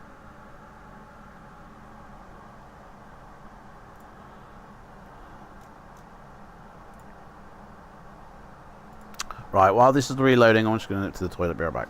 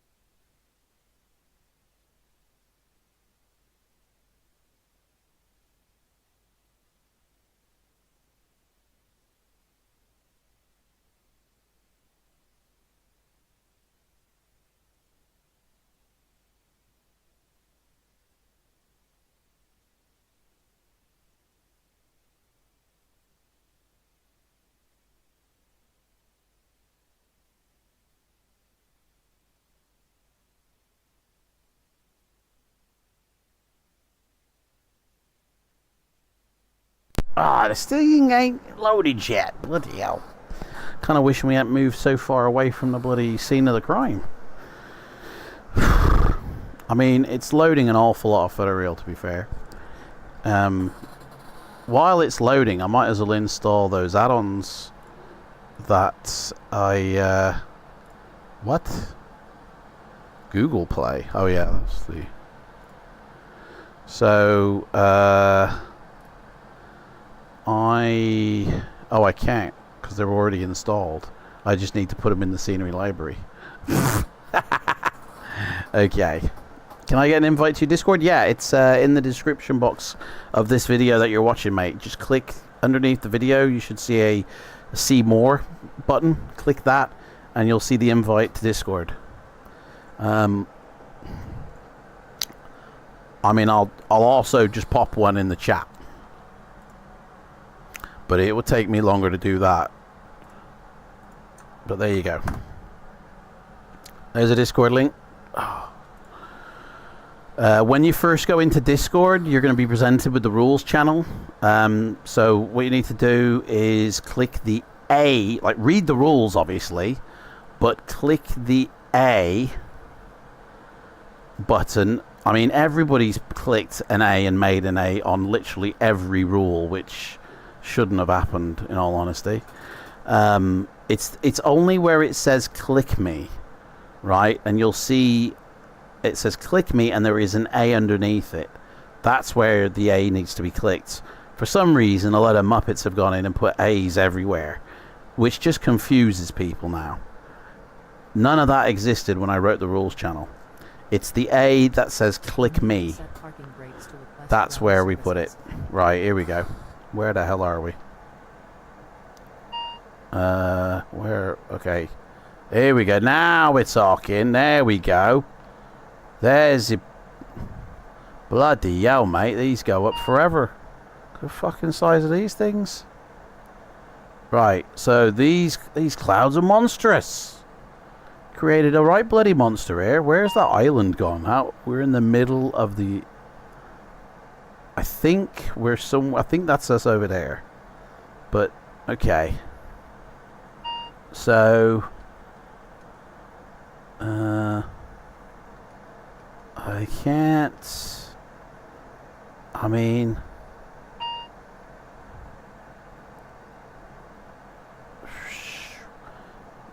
Flying through the clouds. I mean, if that's not if that's not one, I don't know what is. I just can't get far enough back to take the picture of it because bloody. Okay, so that there is exactly what I was looking for, but I can't get far enough back to take the picture because there's bloody clouds in the way. There we go. Where's that guy that was saying it was impossible?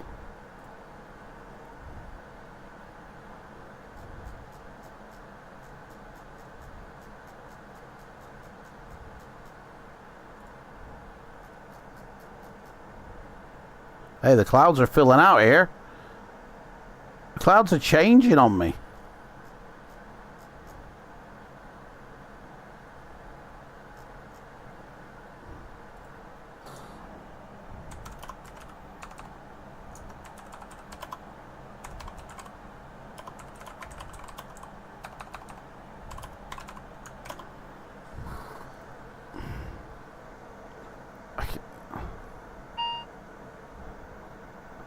Trying to take the picture of it, but you can't really, buddy. Oh, gonna lose it here. Gonna lose it.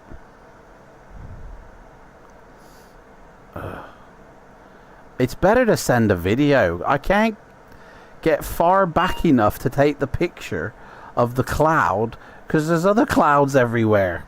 Like, it needs to be like a video I send, because that literally is exactly what he asked for. It towers up from the base here. It goes up and it's flat at the top, like that. Like an anvil. Like there, it's...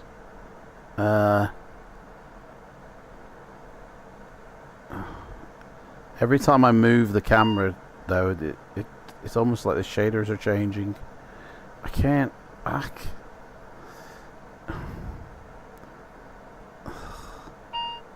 No, it's...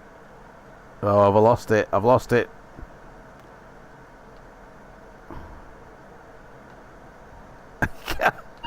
I can't get it, man. Where's it gone? Oh, well. Anyway, I got what he asked for at the end of the day. Did them pictures take? Yes, they did.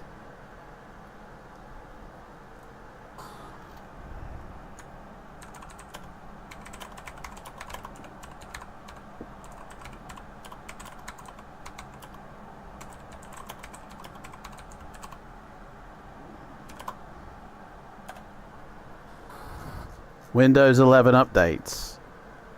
What does that mean, Empire? That's a bit... I don't know what you... You're telling us you got a Windows 11 update? Is that what you're saying? Whoa, shit. Okay. I gotta try and get the picture of this cloud. Ugh. But there's too many clouds in the way. Can somebody remove these clouds, please? I just want the one. Like, that's what he asked for. A towering cloud with a anvil top. Oh, fucking... I can't see shit. Because there's clouds in the way. Let's try another one. Because that's almost impossible to photograph. Oh, I'll just direct him to this stream, to be fair. Oh, fuck. I bump into clouds wherever I go. Okay. Oh.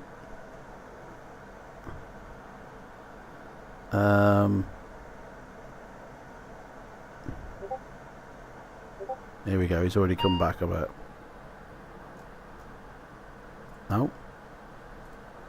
So.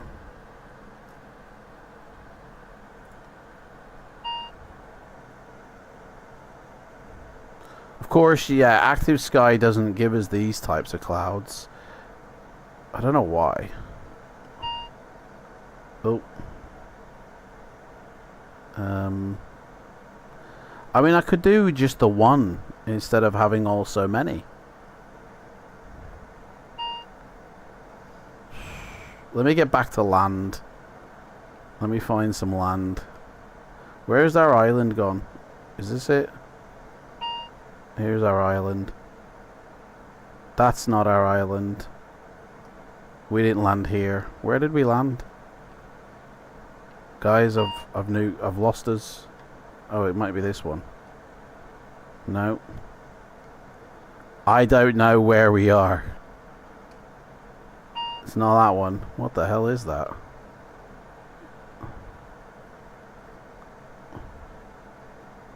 What the hell? Whose airport is this? Hey, this is an alright airport. Who did this?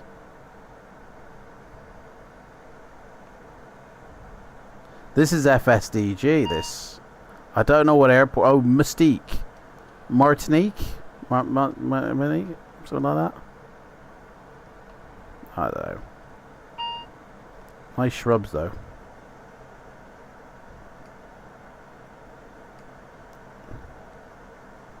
Is that one? This is island hopping at its finest. Right, I'm in your Discord server and did everything. Okay. Oh, so you got it, is that what you're saying? Okay, here is not our airport either. Did we land? We didn't land at that one. I don't even know where we are in the world. I'm trying to find a certain cloud.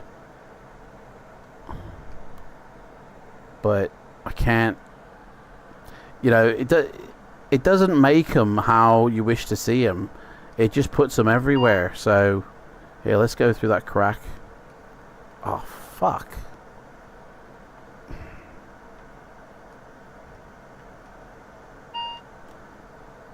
Buddy.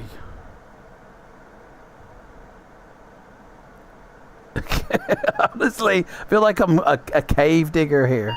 I feel like I'm a miner. Oh, shit. Oh, no. Do you know it's so hard to control this camera? To get it just right. To fit through.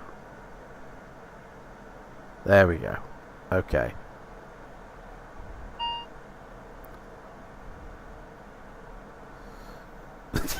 That's where we came from. That's a little pee hole in the snow. Fuck it hell. Oh shit. You turn the camera and it just... Okay.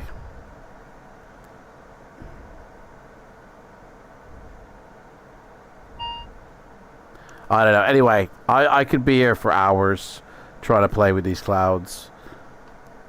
I took a picture of what I believe the guy was asking for. I'm done. That's it. Job done. Guys, anyway, let me get a better view here.